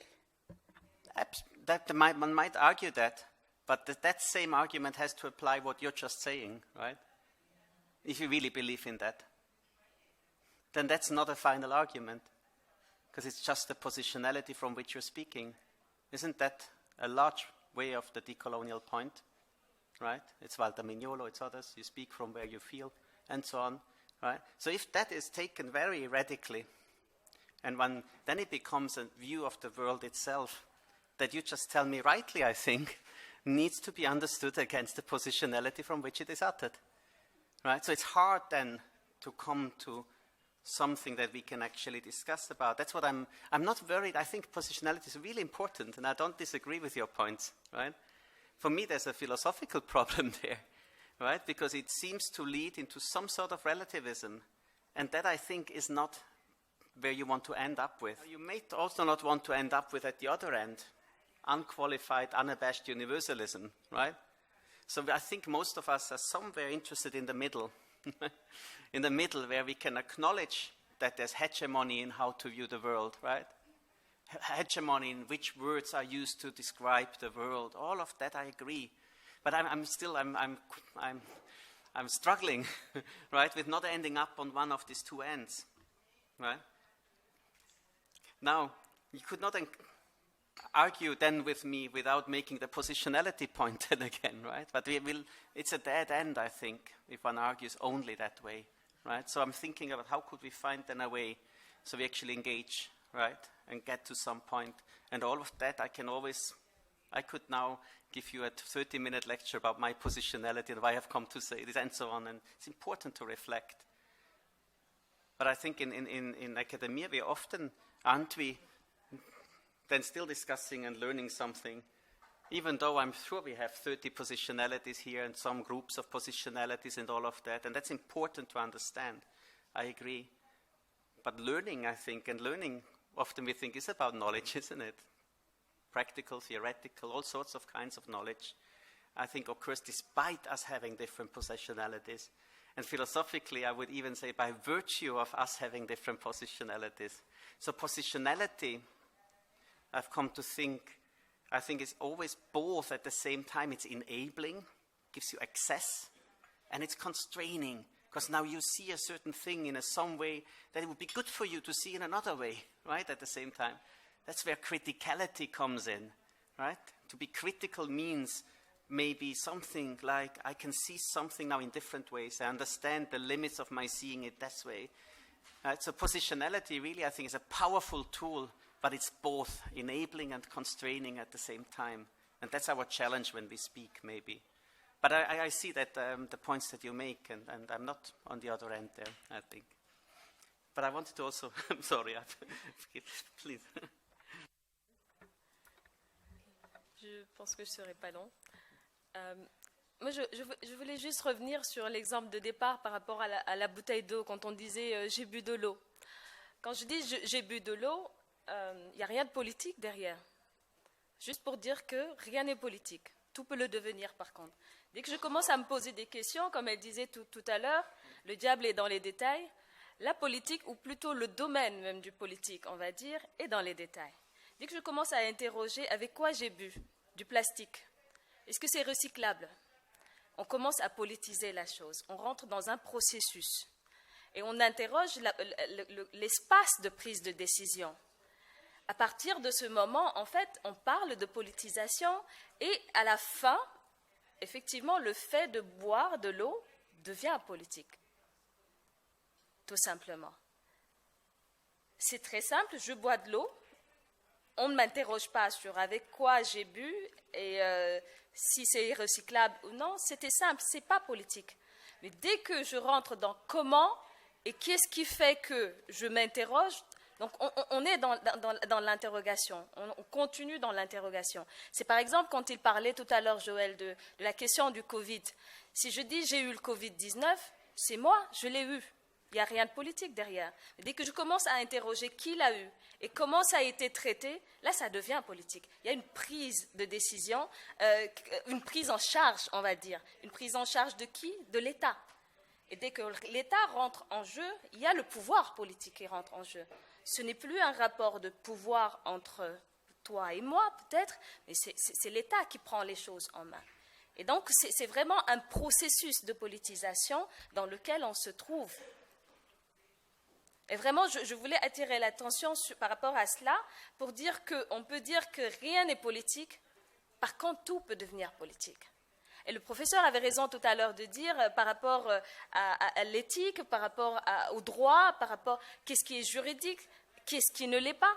Tout peut le devenir, mais à force de s'interroger, on en revient à ce qui nous intéresse, en fait. S'il vous plaît, madame. Oui. Oui, vous avez parfaitement raison. Maintenant, je me pose une question. Qui légifère la connaissance? Et celui qui légifère la connaissance, si c'est sur un point de vue social, qui veut dire gouverner, gouverner veut dire raison d'entendement, parce qu'on doit se mettre d'accord. Parce que, oui, pour gouverner, il y a un raison d'entendement, on doit se mettre d'accord. C'est celui qui a dit que c'est Covid. Là encore, on se questionne. Lui qui a légiféré, qui nous a dit que c'est Covid, c'était dans quel espace? Pour quelle raison? Est-ce que c'était politique ou non? Bon, moi, je pense que la question, elle est perpétuelle, au fait. il y a juste plusieurs ramifications où on peut s'atteler pour chercher à comprendre. Parce qu'après, avant que ça soit Covid, il y a quelqu'un qui a légiféré cette connaissance. Pourquoi? Sur quel but? C'est pas pour rien. Je pense qu'on a des collèges, des laboratoires, etc. Si on en est venu au paludisme, au Covid, etc., c'est parce qu'en fait, il y a vraiment comment ça s'appelle, des entreprises qui sont à même, des structures qui sont à même, en fait, de valider cette connaissance-là. Et maintenant, pour, en fait, valider la connaissance et en faire une maladie, la Covid-19 ou le Covid-19, et en faire une pandémie, par exemple, là, c'est autre chose. Le phénomène pandémique rentre dans le politique. Oui, madame, je suis d'accord. Je prends d'abord avant que ça soit pandémie, pour que ça soit appelé Covid-19. Oui. Pourquoi ce n'était pas une grippe ordinaire comme avant?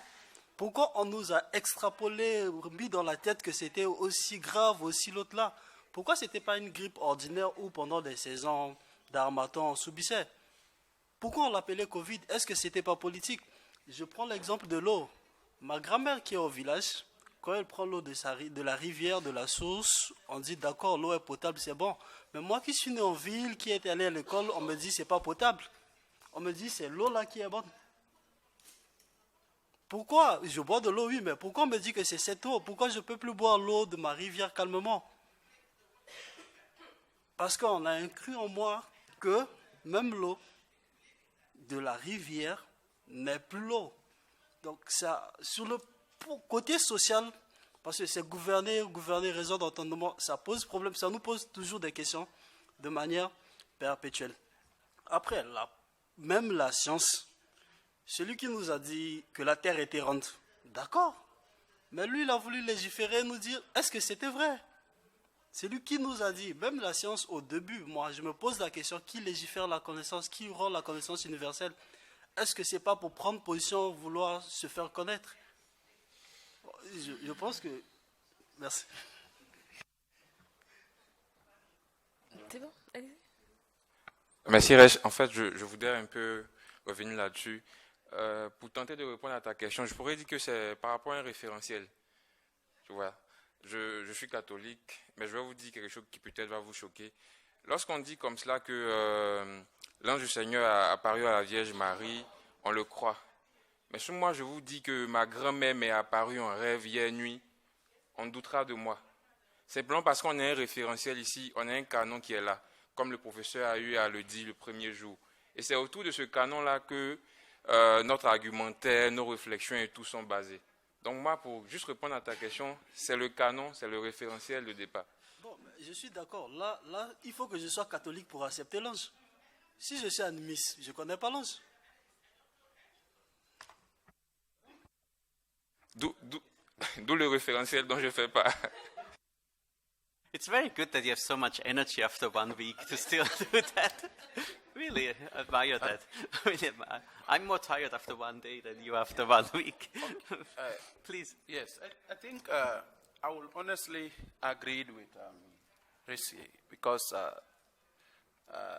when we looked at the universal knowledge, and we want to say that, okay, this is a universal knowledge, but honestly, let's look at the genesis of that universal knowledge.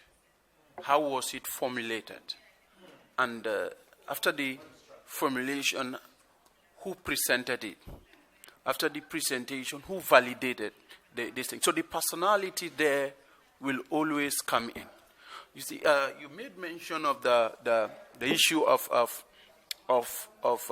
climate change, reduction of greenhouse emission, and other things. Now, in life, everything is in two coins.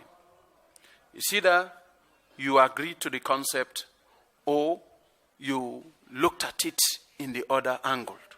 So looking at it in the other angle makes every knowledge to be political. But if I present a knowledge, based on my personality, I will say the knowledge is not political. But in the real sense, that knowledge, in the validation of that knowledge, it is political. Because if I share that there is climate change, and because there is climate change, there is a need for greenhouse emission, then I'm talking from my own perspective. The capitalists will say, no, there is no need for a reduction of this or in this quantity and all those things. So, because I validate that knowledge, hoping that there is an effect of climate change, that is personality in me. That is my own validation. Then the other one will also validate. So, honestly, when we go around and come, yes, I will agree that some knowledge may not be political, but they can be politicized. But despite the fact that all knowledge can be politicized, but the validation of it carries, will still bring me back to my former word, that will have some element of politics in it. Thank you. Thank you very much. I think we are gaining ground. I'm not quite sure whether we have come to the end of it, though. You know, when you said every history, right? Telling of histories has power in there. Yeah, genealogy, right? So when we write history and we look at power relations that have formed a certain history, we're doing a genealogy. Genealogy is exactly the way to look at why has the history come about in this way and not in another way. To show contingency in history. Could have been otherwise. And why it was that way and not the other way? Power, often. That's what critical scholars do when they do a genealogy.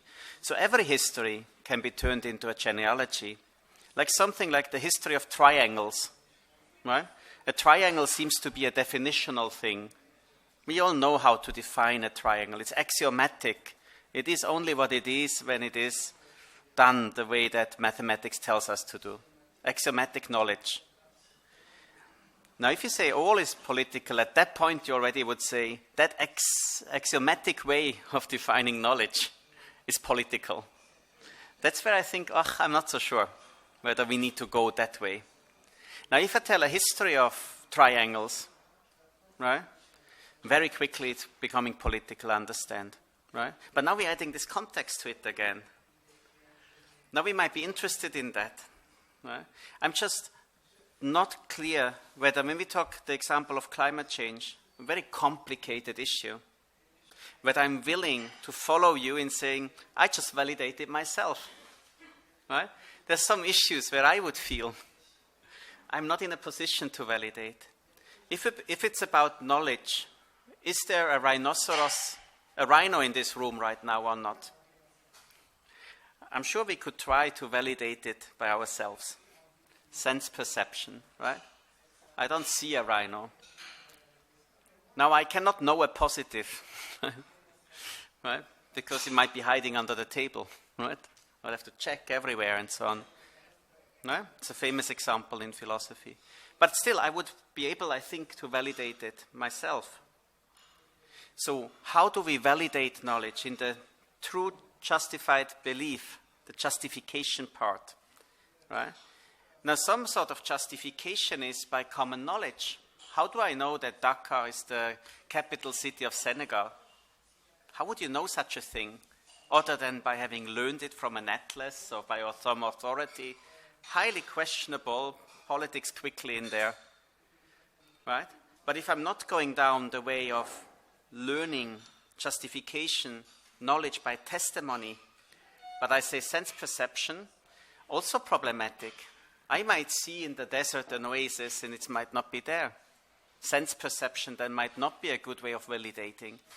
In the Indian philosophical tradition, you have a very sophisticated discussion about ways of knowing, and they go at each other constantly, Buddhists and others, Nyaya scholars. What are the ways of how we can justify knowledge? And I think you touched on something important there. I think there's ways of justifying knowledge that are more political. They're more immediately political. But others, I still wouldn't say so. Axiomatic knowledge, right? Like 1 + 1 = 2. It's not that you can't politicize that. And I think we've heard examples of how that can be politicized quickly, and that's good. But if you accept the axiomatic structure of that sentence, it's just hard to say that this is not knowledge. 1 + 1 can equal everything. Then you have a different axiomatic structure that you put in. And then that's fine, that's knowledge too, given the axiomatic structure, right? But it's really important, I think, to distinguish different forms of knowledge, different justifications of knowledge. And it's not so difficult to understand that with some sorts of knowledges, we are very quickly in a political discussion, right? But I'm sure that when you rely on knowledge in your everyday life, you don't question it so easily. Like William James, the pragmatist, said 95% of our life we are conservative. We don't question those things. Right? Now that we've talked so much about water, I don't dare drink any more of it because I think, what am I doing, right? So it's also a question of perception and all that. I have one final point that I thought is important maybe. If we don't distinguish from politics and non-politics, I'm not sure whether we can make the political arguments we want to make. Take, for instance, Iris Marion Young, a noted feminist philosopher, who has written what I think is a truly beautiful essay on the injustice of marriage. And I say that with a ring on my finger. Injustice of marriage. And she beautifully deconstructs that concept, shows the political content, how it's related to property, right? To many issues, how you should to procreation, how it's good to divide those issues up, right? And she deconstructs. So deconstructing always means dividing something up that we think belongs together and show that it doesn't necessarily belong together. But she makes a beautiful point in saying she's talking about the institution of marriage. She has nothing against the loving relationship of two people. The institution is where she would locate the politics. And it's that distinction which makes her argument so powerful, so that she then writes marriage with a capital M, denoting the institution, right? But it's not that two people couldn't be together and we couldn't talk about that as marriage. It's the institution. And institutions are very quickly and inherently political, right? So my concern is if we are too quickly ready to accept the sentence, everything is political, we might lose force in the political arguments that you might wish to do, right? Because that gives you discriminatory power, gives you an argument at the end. Please. Okay, but yes, in agreeing that every knowledge is political, I can agree on that, but I will also argue that no human can avoid politics. No human can avoid politics. We are part of the politics, and it is by politics that we live. So, whether the knowledge you are receiving is political or not, you cannot run away from it, because, like you said, there must be an element of that centric in you for you to say that, okay, I will not question this. But you live, even the norms and values in every society are all politicized, but that is the daily life that we live in. So it's left onto an individual to say, okay, for this is politicized to a point, maybe I will look at it in the other angle, or I may just go on with that for my own good, or for my own, these things. So if I am a scientist like you shared, and natural science, and they say this 2 plus 2. I know this is 2 plus 2. I cannot say this is 2 plus 2 is 2, or 2 plus 2 is 1. So I have to say 2 plus 2 is 4. Then that is the way I have to move on with that. So we cannot run away from it. Even if we can politicize everything, then we have to live with it as we go. Thank you. I completely agree. I just would want to come back then to the sentence, what are we saying then when we say everything is political? Is it an assertion about human existence, how humans are, how human communities are? Yes, they're always political. There's always this in there, right? But if that is the only concept of the political we are having, we can't say much with it. We're describing humanity in a sense then, if you wish, right? And humans, social animals, all of that. We also are social. Everything's social. Sociologists might want to say, I'm not sure, right? But then I'm back in my problem, isn't everything legal? The moment you're born into a legal structure one way or another. Isn't everything conventionalized? Aren't you always born with a certain set of conventions that will from the beginning guide your life? And institutions, in a sense, are conventions, right? Sanctioned conventions that we make rules somehow. Right? So at that level, what are we then saying when we're saying everything is political? We're saying something, I agree. But I think still next to that, it would be great to have also a concept of the political where we can say this is political, this is not political. Or we claim this is political, this is not political. And I'm not sure now, after listening to all of you, whether it's so important actually to answer this question by saying, no, it's right, everything is political. Or no, it's right, we need to distinguish between the political and the non-political. Maybe there's a space for two statements at the same time, right? It might not be a contradiction because we're really answering different questions then, right? So, I agree with what you said now. Please. Thank you for the opportunity. I think that a bit of my discomfort comes from the view that positionality then locks us off to criticality and the lack of criticality. But at the bottom of it all, I think what we are trying to agitate for is that there is a particular way of being in the world. There are particular structures, as you've said, the structures that you are born to, the conventional, the institutionalization.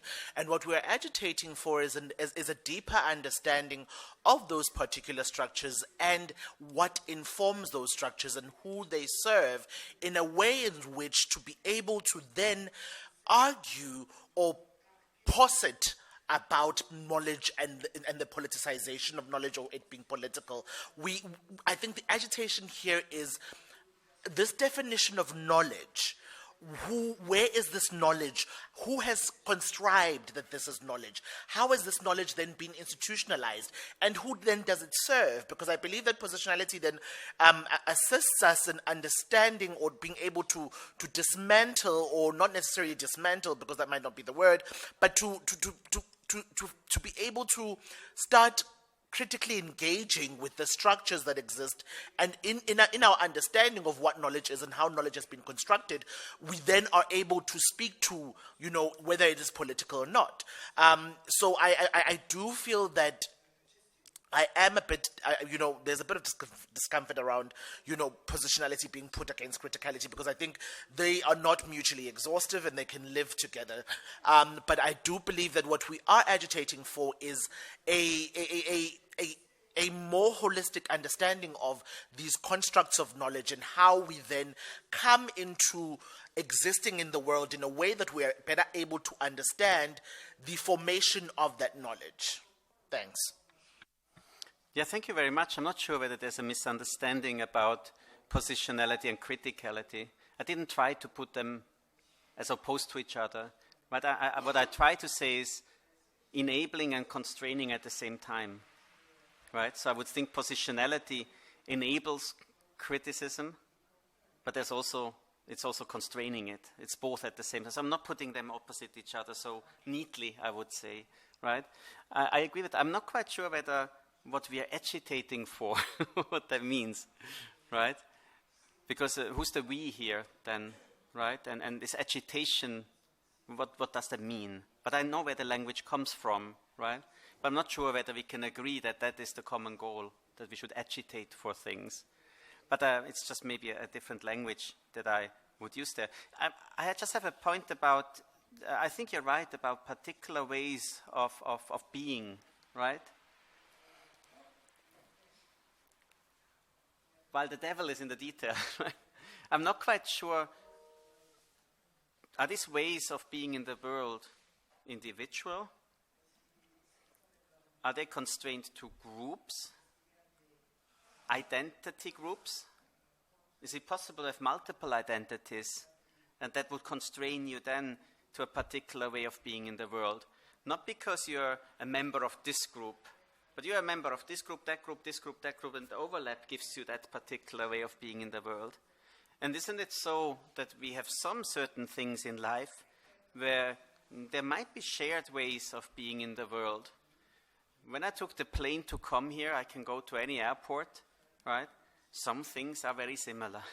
Others not, and we can problematize that, right? But isn't it a sort of a way of being in the world today, and maybe always, was always a multi-layered, like a complicated thing, right? Individual to some extent in the end, so you have your way of being in the world, but also shared in many ways at a local level, at an interconnecting level, maybe even at a global level in some sense, right?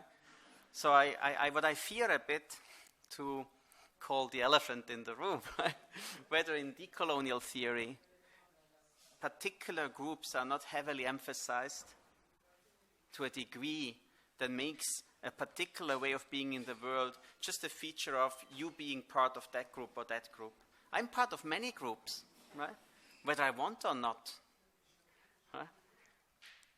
And I think that this sort of multiple identities is a term that I think is important in that regard, right? You don't have to be confined to being part of a group. A lot of it is not your choice, right? So there's a lot of questions still that I have, but I can see the discomfort that you have. I understand it, and I think it's a valid discomfort. I mean, I can see why that is something you would want to put up. Yeah, please. perhaps a question to you. How then do you understand coloniality? What are some of the defining features of coloniality? To the extent then that we can get to the question of whether there's a particular way of being in the world. So, my mind is not very steady at this point, but the point that you were making, oh yes, I wanted to say, are you de-emphasizing the historicity of race in particular being a primary organizing principle, that then whatever other places of belonging that one may experientially belong to do issue from this mover of first and last instance in so many ways in this particular epoch that we are living through. So I think I have two questions. What are the basics of what has been called coloniality, to the extent then that we can then begin to, say, is there a particular way of being in the world? And number two, what of race as a concrete and a historical and experiential primary organizing principle that then we come to experience the world? Thank you. Thank you so much. What a brilliant question. It's a big one. It's a big one, I think. It's Friday. Friday is for big questions, right? So we can recover Saturday and Sunday. Very good, yeah. No, it's a big one, but personally, my take would be, right, that coloniality, as the term suggests, is a condition, right? And then you have colonialism, which is a historical phenomenon that we tell that there's good ground to say it has not ended, and we have all the post-colonial discussion, therefore, right? But it's also, we're telling histories about it, and we want to be careful about what history are we telling, right? In history nowadays, we are careful in thinking, we are telling how it really was. So we spin narratives around it, right? And there has been a history of colonialism that the colonizers have told. And I think we've become good at deconstructing that, showing power relations that went in there, right? So for me, the critical question would be, how do the histories of colonialism that we tell, that we think are better than hopefully, than the ones that the colonizers told, right? How do they also express power relations? How do they also, we can't escape that, right? So the progressive critical question is, where do we fall into the next pitfall, right? What will people in 50 years criticize about us? And I think there's ample room to fall into pitfalls. There's not just the right history about colonialism. That's not relativizing it in any way, right? Colonialism, I think, would be difficult, right, to save, right, in any ways, and we shouldn't want to. But my point, I cannot save the historical phenomenon for what it was, but I can help maybe tell a better history about it, improve on the history, understand power relations that went in there. So we need a lot of research on that, and I think this is an area that actually a lot of people in universities are interested in. So that's good. Nothing wrong with it, right? I think we should put a lot of brain power into trying to get better and better at telling histories, but there's no right history in the end, right? We can say what we don't. The histories that we reject is easier. So the colonizers' history of colonialism we don't need to read anymore, other than for looking at presuppositions and things like that. I'll get back to you in a second. But I also think that colonialism and coloniality as a condition is one of the dominant ways of looking at the world today. It's not the only one, I think. There's gender. there's class, right?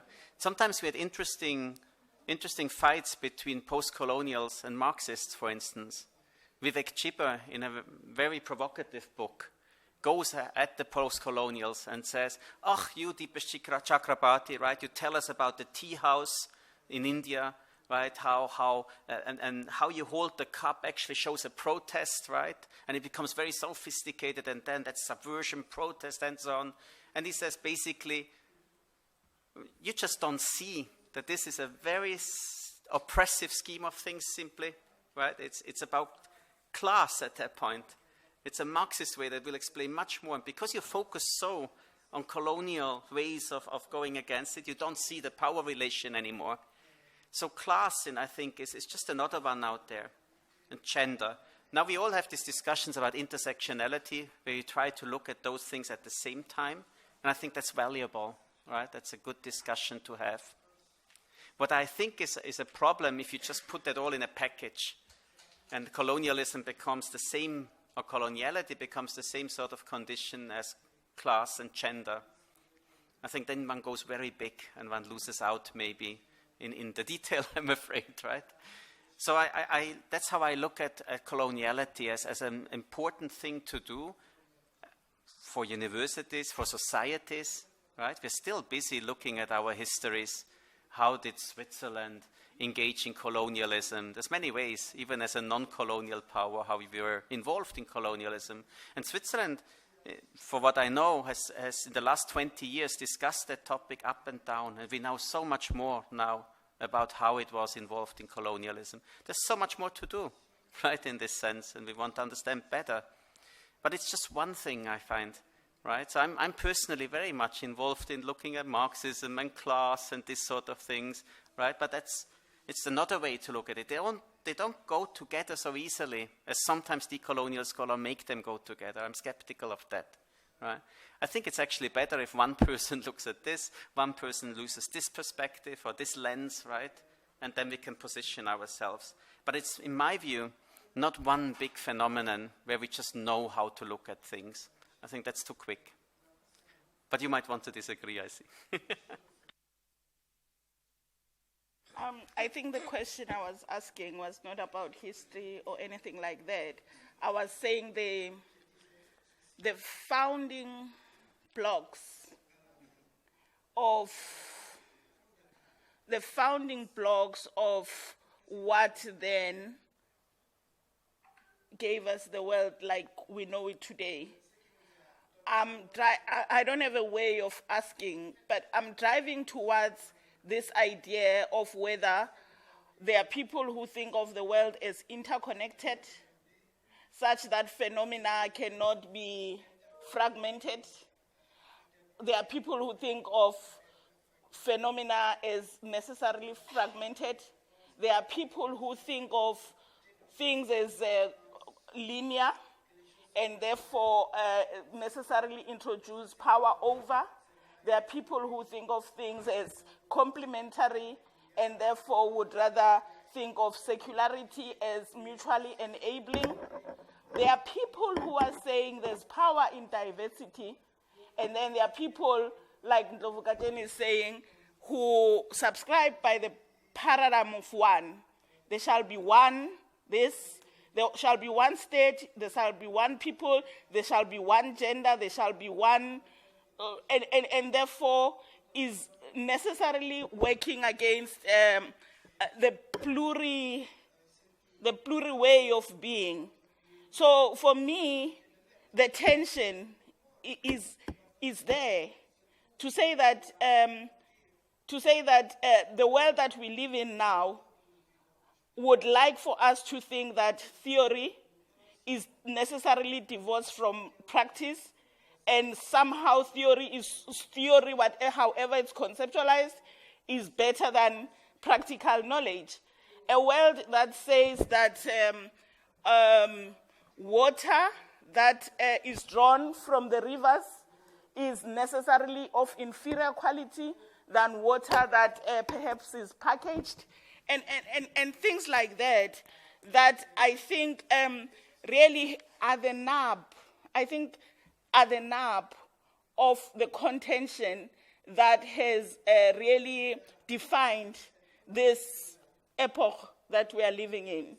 So I was not so much asking about historicity and things like that, but I was just saying that there are ways of being in the world that even as we are talking here, I'm beginning to decipher.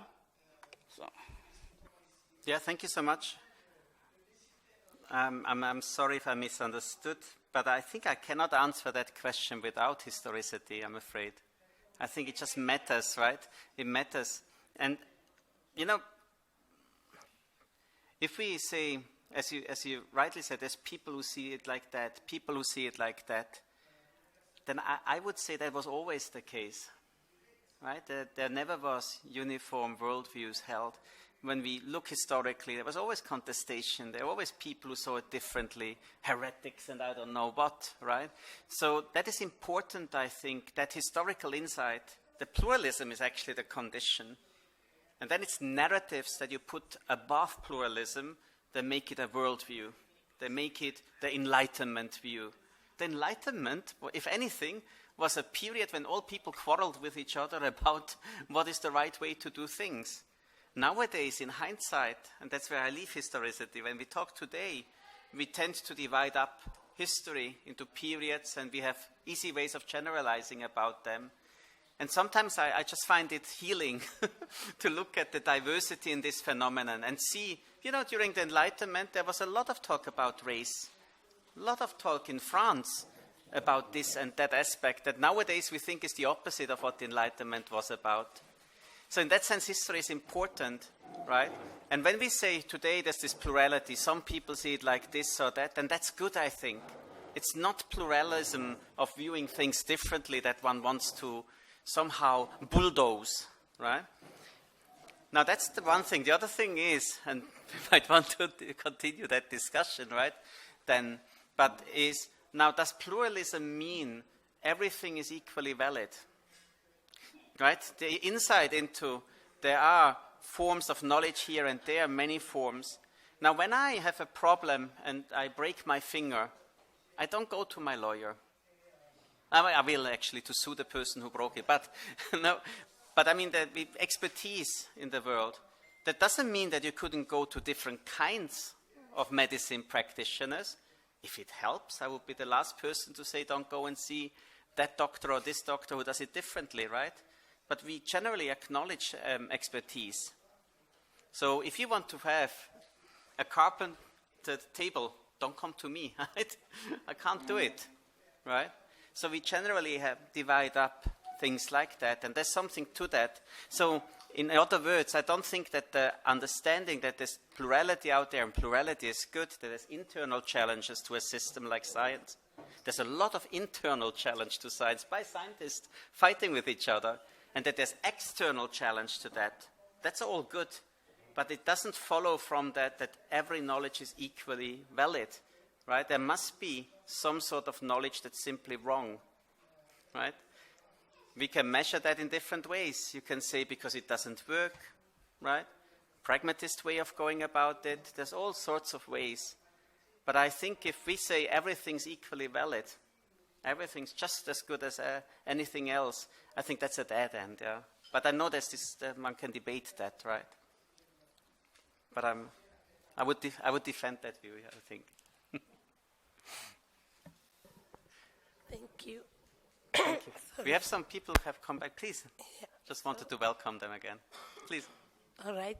So I just want to say I've been listening to this exchange, yes. So it brings me back to the feeling that it seems like we are still in the academy, you know, where it's all, we are formed into military battalions in the form of disciplines, you know, and yes, well, some of the things I wanted to say, I forgot. I think my two colleagues have already said them. But someone gave an example about, you know, knowledge not being political, being that what you know about yourself or what you have. And I think an example of COVID was thrown on that this is what you can be if you have COVID and then all that. But I want to say that even what I know about myself can be very political. Like I am political in my being, not in my thinking or in my way of doing, but in my being. I'll just give a simple, I am political, highly political. But can you define it? Yeah, the moment what do you mean by political? By political, okay, there is a history attached to it. Perhaps maybe I can come back to that later. But the moment you look at me, you already politicize me by virtue of being in the skin color that I'm living in this hair that I'm living in this body that I'm living in, because I'm sad to be living in a woman's body. So it's political. And then I cannot say this is what I know about myself, and I set myself in that regard. Because today I am here, most of us, we are asserting ourselves as women. And women, we are black women, and this is what is happening. But then, before we could assert ourselves as such, what are the conditions that lead to that assertion? It's not me. If the conditions were different, I could have been something else. I could have not been a black woman who aligns with, say, those that align with intersectionality. You know, I could be something freer than maybe where I am. So it's all this is highly political. And then I think one thing that also interested me, you spoke about, people having a choice to choose whether they want to go to a particular medical practitioner or health practitioner in order to get help. It's a reality that we live in a world that there are those that are privileged than the others, and those that are seen to be practitioners than the others. Others are just, they're not, practitioners and so on.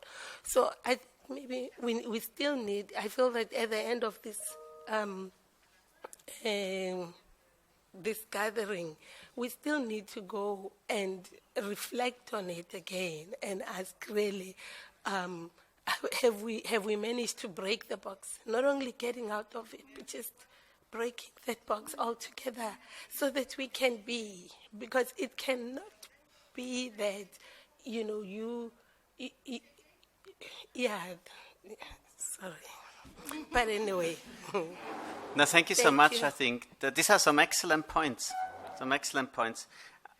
I accept the second point particularly. That the first one, I think, when I asked you, what do you mean by political? I was a bit rude to ask, but I wanted to be clear that I understand that you say everything's political. And that means, if I understood you correctly, from the moment you're thrown into the world, you're living in a political world, right? We're there again. The midwife says to my mother, it's a girl. And she what? Push. Oh, she says push. Oh, push. Okay, that's then. Okay. And then it's a girl. And then it's like I have been given this identity right there. It's a girl. And then there is an expectation. That expectation is political. It's a girl, and this is what completely. I mean, that point I think we can readily agree on. We can claim that from the moment you're in this world, you're living in a political world.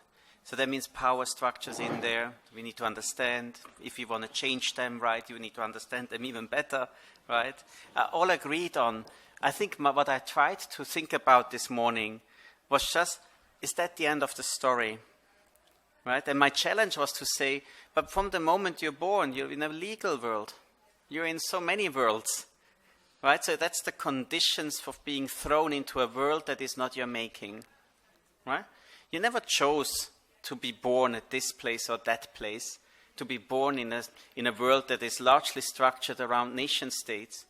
It doesn't depend where in the world. When you were born, it's not your doing that you're born there. right? You cannot, even if you're born in Great Britain, one of the great colonizers, it's not your choosing it. I think it's an important thing to emphasize, right? Wherever you end up, it's not your choosing, right? So that I think, and we also can agree it's political from the beginning. Now, my point this morning was, if that is the only notion of the political that we have, right, don't you lose out on trying to change what you think is not right in this world. Wouldn't it be good to also have another concept of the political, which is discriminatory in the sense of saying, and this is political, that is not political. If you give up that, how do we talk, right? Because we also thrown in a legal world, in a religious world, you can take any adjectives, and if we go beyond the divisions in a more holistic point of view, right, then you can argue that case that everything is political. But I think we are discussing almost like two things. One is a description of the world, right, that we live in. The other is how should we talk when talking about the concrete phenomenon. That's not necessarily completely divided from each other.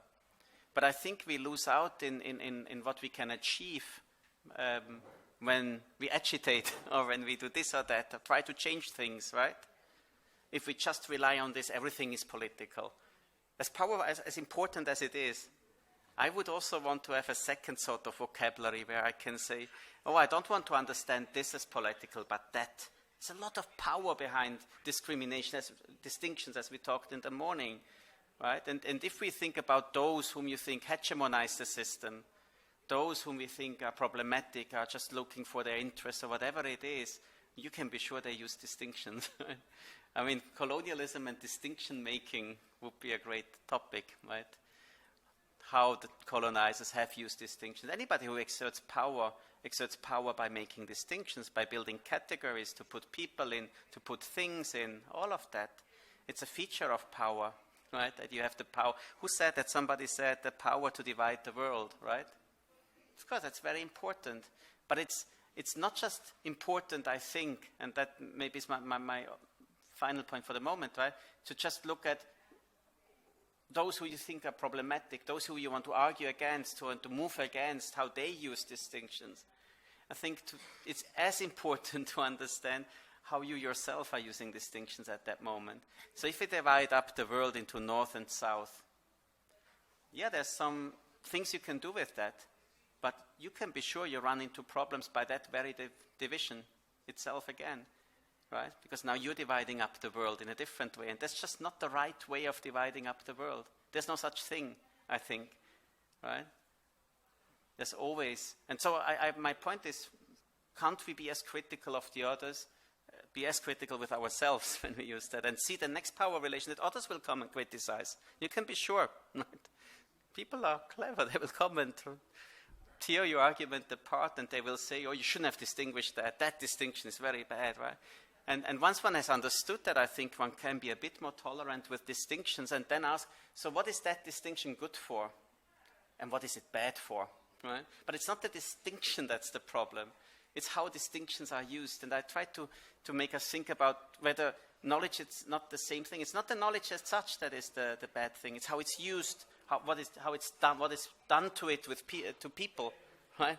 That is what makes knowledge problematic. But if we don't see that anymore, then I think we almost go into isolation. We don't know what, we lose power, right? We lose the power to criticize science as this sort of project or that sort of project. So I would still, I think, in the end, try to argue that way. But that's the point of, I mean, we said at the beginning we'll go in circles, right? And I hope we did a lot of circles this morning, but we didn't find the answers. And I can see how there's critical points about this distinction between politics, non-politics, knowledge, politics, right? That we rightly will continue to discuss. Right? Politicization we had as a point. Does that mean that something's not political and then it is political? Should we just not use the term anymore if everything's political? What does politicization mean then? Right? There must be, if we say politicization is a term we want to use, we say something's not political and then it is. We might also want to say something is political in one way and now it has been politicized, it's political in another way. Right? There's all sorts of things we can think of. But I think it's important to know what we do so we can be as powerful or critical with whatever you agitate for as you want to. Yeah.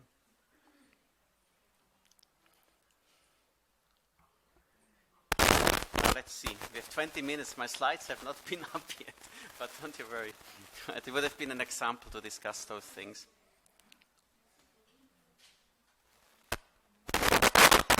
Please.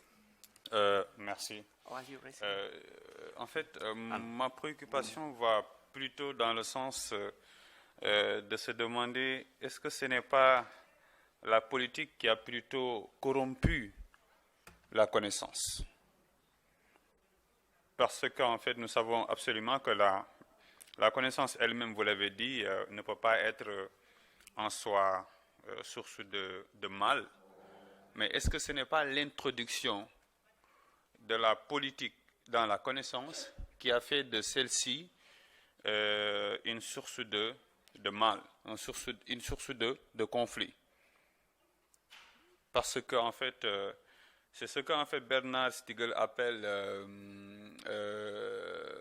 le caractère manichéen de la connaissance, que la connaissance, si la connaissance est devenue à la fois solution et en même temps poison, pharmacon, ce qu'il appelle pharmacon, voilà. Donc, si en fait la connaissance est une sorte de pharmacon, c'est peut-être en fait la politique. Donc, moi, je me dis que c'est en fait l'introduction, l'accaparement de la connaissance dans la politique qui a effectivement détourné celle-ci de son sens originel. Parce que le sens originel de la connaissance, c'était effectivement le bonheur, c'était effectivement la libération de l'homme, c'était effectivement de faire de l'homme un être humain. Parce que le processus d'humanisation ne serait pas possible s'il n'y avait pas la connaissance. Parce que, comme on le dit souvent, si l'homme se distingue de l'animal, c'est effectivement la connaissance. L'animal n'agit pas par connaissance, l'animal agit instinctivement. Mais l'homme, lui, en fait, il n'a pas ce droit d'agir instinctivement. L'homme agit par connaissance et par science. Mais si cette connaissance-là est devenue effectivement problématique aujourd'hui, au point que l'homme se sert de la connaissance pour porter atteinte à l'intégrité morale et physique de son prochain, c'est parce qu'effectivement on a fait de la connaissance une affaire politique. C'est en fait là le véritable problème, que la connaissance est devenue mauvaise par le simple fait qu'elle a été politisée. L'exemple, la Covid, on peut prendre l'exemple de la Covid, on peut aussi prendre beaucoup d'exemples concernant effectivement l'idéologie qui s'est emparée de la science. On peut même revenir en arrière au XVIIIe siècle, où même la science a été au service de l'idéologie occidentale. Prenons l'exemple de Carl von Linne, qui fut effectivement l'un des premiers théoriciens de la race.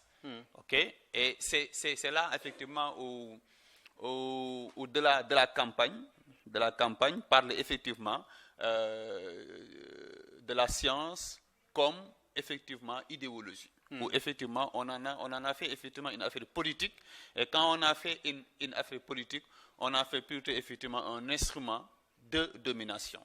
Donc l'articulation, c'est pourquoi je disais tout à l'heure que l'articulation entre la politique et la connaissance peut déboucher tout simplement à la perte de l'identité de la connaissance dans son sens originel, dans son sens essentiel, dans son sens philosophique en fait. Thank you so much. As I said before, right, we're always telling stories also, and histories. And of course it's one specific history to say, with the Greeks, and you were quoting Plato, the Pharmakon, right, that there was knowledge and there was politics, and then it got maybe mixed up. And in the Enlightenment we find that distinction again, and nowadays knowledge is driven by politics again, and that's a threat, I think, in your view, right? It's a way of telling the history, and I think there's like with every history, I could give a speech now seconding you, or I could try to give a speech trying to counter your argument, right? It's one of the offers out there. Before I try to make the point that in the Enlightenment is a construction of itself. It's a construction that we use in hindsight, and then we generalize largely. It's actually still today quite valuable to see what else was also said in the Enlightenment. So I'm not sure. That I think would be my challenge to you, right? I think I see what you're thriving at, and I'm sympathetic to that. I'm not quite sure knowledge was ever really so detached from politics. So when Plato, Socrates, when they talk about that, whom are they arguing against? Arguing against sophists, right? Who are the sophists? Those who understood how to sell knowledge, right? So there was always this element there. And in the Enlightenment, if we would look historically, of course it was also mentioned. That does not mean that normatively I would not align with you that the distinction is important. I was just dissociated from the historical narrative. I think in the historical narrative, those things always went together. That does not mean I could not be here and say we should distinguish that. There should be a realm where knowledge can be produced as autonomously as possible, even if it's an ideal, right? And then we can discuss. That doesn't go against each other. I just think in the historical narrative, these things, even with the ancient Greeks, right, was always both at the same time. I think you raised an important point that I want to talk quickly about: ideology. Ideology is powerful. And I would actually agree with you if what you meant by the recent phenomenon, how knowledge is being politicized, right? These are times in which ideologies on all sorts of sides, right, try to impose what is knowledge and what is not knowledge. For me personally, and since you like Plato, right, if we do an inquiry, and then you know Meno's paradox, right? In the dialogue, Meno has a beautiful paradox where he says, so if you inquire into something, right, and you know what you're looking for, why are you looking for it? If you inquire into something and you don't know what you're looking for, how do you know you found it? What that means is, if you inquire into something, you don't know what comes out of it.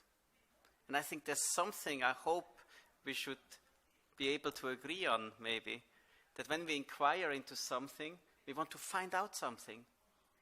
Now, if we know what we will find, then we are being ideological, right?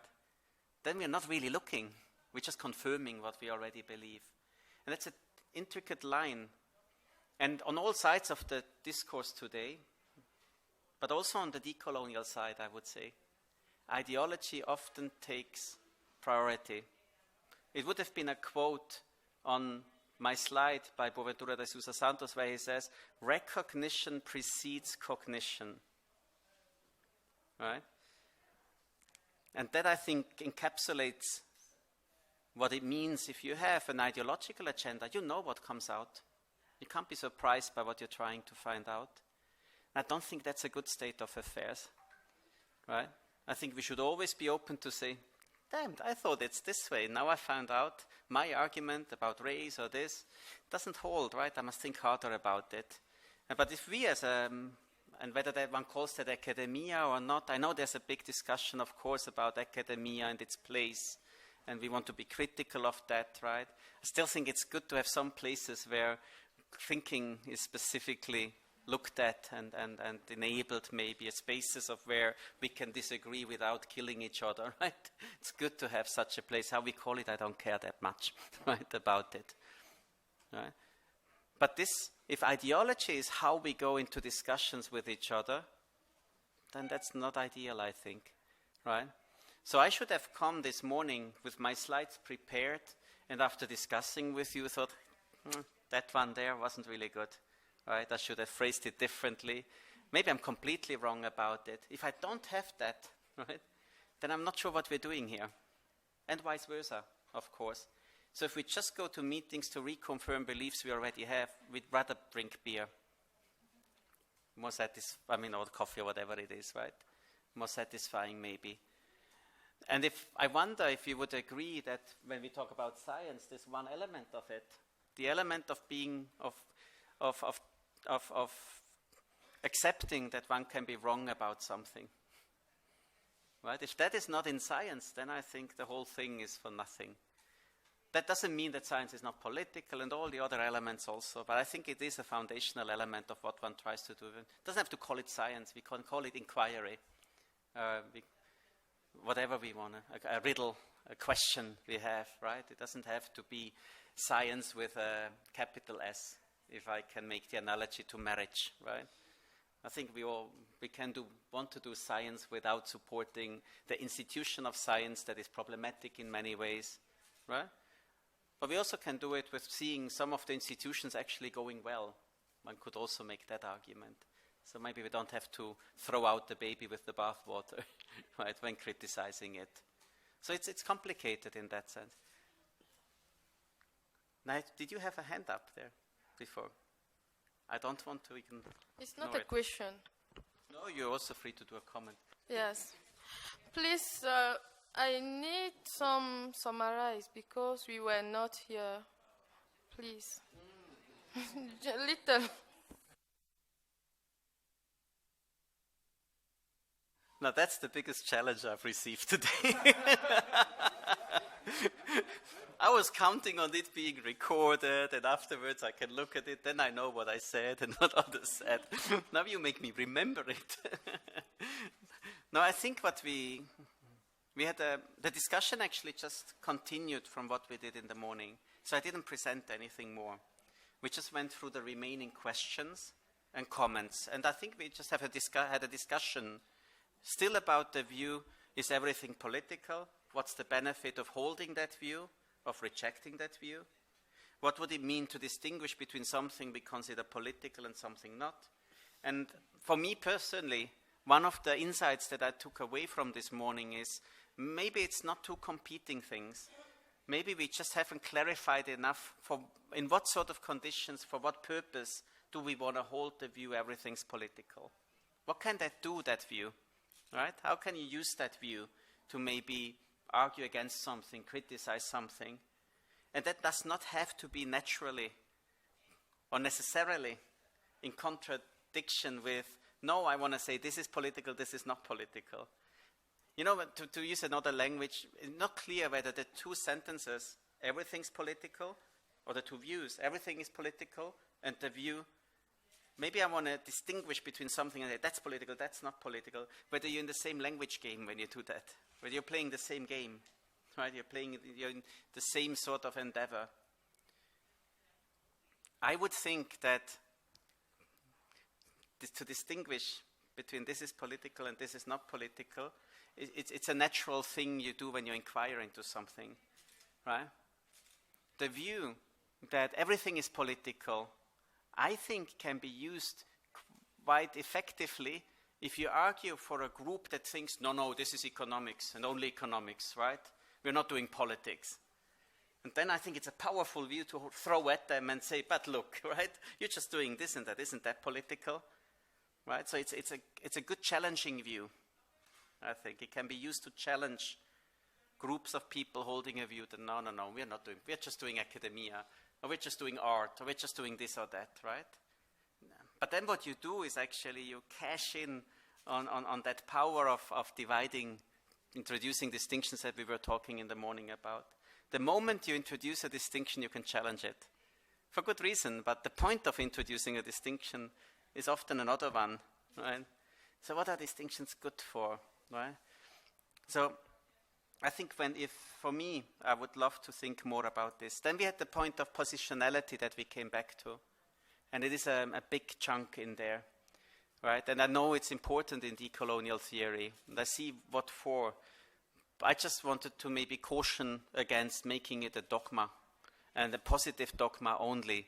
So I was arguing for understanding positionality as enabling to criticize, for instance, but also as constraining yourself at the same moment, right? Because you don't see things in three ways, but only in one way because of your. So it has something. You want to transgress positionality in many ways. Learning, going to different places means expanding your positionality, right? So you could also frame it that way, right? enriching your positionality maybe, seeing things differently than you saw them before because of your positionality. And then there was some, maybe, you said discomfort, right, about this distinction that you raised. So it's a vivid topic, but I think positionality, there's still a lot more to think about, what that actually means. So if it's thrown in all too quickly, in my view, right, then I think we're not doing ourselves a service by doing that. So similarly, maybe with positionality, we still want to be very clear what we mean by it and not, right? Does it exclude criticality? That was, I think, a misunderstanding we had, where I would say, no, it doesn't, it's more there, even though I cannot articulate it so clearly what it is. But it's something I actually really plan to think about, right? Positionality's role in discourse. And what that means if you argue for positionality for your own argument, because that would then be an expression of positionality itself, where you get into difficult terrain. Right? But I'm sure others would have different summaries, right? Which just proves the point about positionality in some sense. So I cannot really do justice to everyone with my summary, but accept my positionality. It's hard to argue what you're not positioned to argue for. So that's difficult. Now there were some other things, but these are some of the things that I took away from this morning. We're also almost there, right? Maybe that's an attempt at summarizing. I also see we're 3 minutes to 1. Now I haven't put up my slides. They would have been very powerful. Such clever slides that you will never see now. And no, I'm joking. I can still send the slides around. We see some quotes that I would have loved to quarrel about with you, about what you now think when you read that, right? Whether you could say, what does this person understand by politics, by knowledge, and then do we agree or disagree, right? But that's the level I think we want to engage with texts. And if we could have come today to the point, oh yeah, we need to question the question, right? We need to be clear about that. We had the devil in the detail discussion, which I recognize, right? So there's ample room for that, right? So with that, 2 minutes to go, I think I'm free to end 2 minutes early. No, man. Oh, we have 2 minutes still, that's good. Sorry, I just wanted to, because Omar brought up this idea of how politics is making knowledge kind of what is ruining knowledge in a way. So I just, especially the last few hundred years, how I understand politics in the first place is an exercise of power, right? Or some form of governance, whether it's self-familiar, community, state level, whatever you view it as. But this idea, especially over the last few hundred years, you cannot separate the two or view them because we discussed Enlightenment thinkers, right? You have perhaps John Locke, talked about all men are equal, even though he invested in slave ships. But that idea was so powerful and it dictated so much. But you go back to Zero Yacob, which was perhaps a century before him, and he had written that in a much more even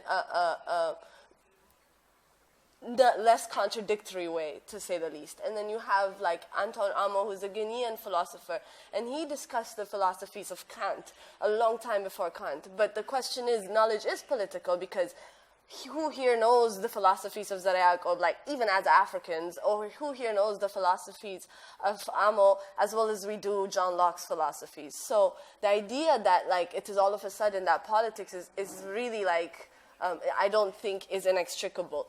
But on another note, I do agree with some of what Professor is saying in a sense, as intellectuals, we must be willing to exist on two levels, different levels actually, more than 2 levels, because yes, we can sit here and talk about these critiques, but I think Kwame Ture said it best, to be a revolutionary or a revolutionary thinker, we not only have to destroy, but we have to create. So that that language of how do we want to view, do we always want to make knowledge political, is a question we should discuss and we can discuss.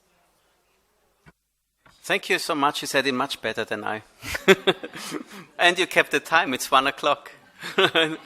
So I won't take a second. Please. I am just thinking very hard what knowledge would be, politics would be in the languages from which I come. And which makes this question, is knowledge political or not, disappear? Because from where I come, politics is about strife. And to know is to strive in so many ways.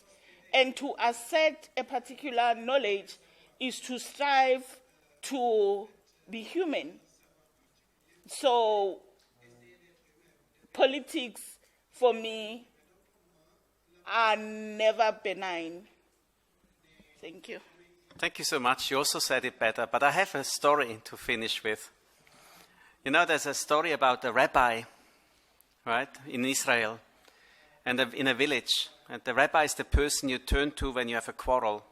So you go and that person will decide who's right. And there were two people struggling with each other, fighting. And they went to the rabbi. And the one person went first, right? And told the entire fight he had, everything. And the rabbi listened. And at the end, the rabbi said, "Oh, you're right." Right? So the second person goes and tells the fight entirely, right? The rabbi listens. And at the end says, "You're right." Now, all of that time, the wife of the rabbi was behind the curtain listening. She goes in and she says, "But Rabbi, how can you say he's right and he's right, right?" And you know what the rabbi said? "You're right." I think that may be how we want to end the session. Thank you.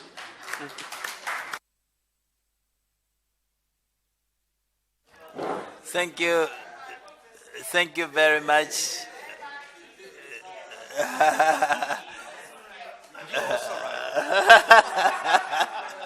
So thank you very much, dear colleagues. Thank you, Ralph, for a wonderful discussion that you promoted here this morning. I think it was a very good way of ending our summer school, because we came back to the main question, and we discussed it in all possible ways, and we came to the realization that it's okay to live without an answer, and that's good. So we are going to, the dignitaries are here now, so so, you are automatically demoted when the dignitaries arrive.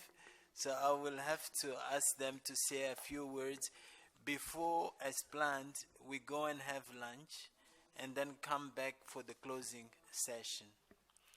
And maybe, since we are not going to really work afterwards, we can try to be on time this time. So,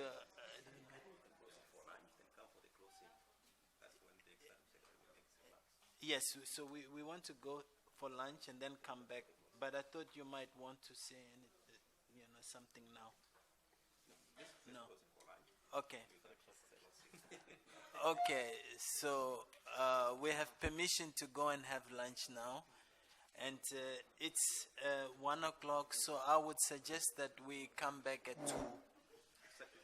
At 2, yeah. Yeah. Oh. The better. Oh, okay, okay. So that's what we're going to do.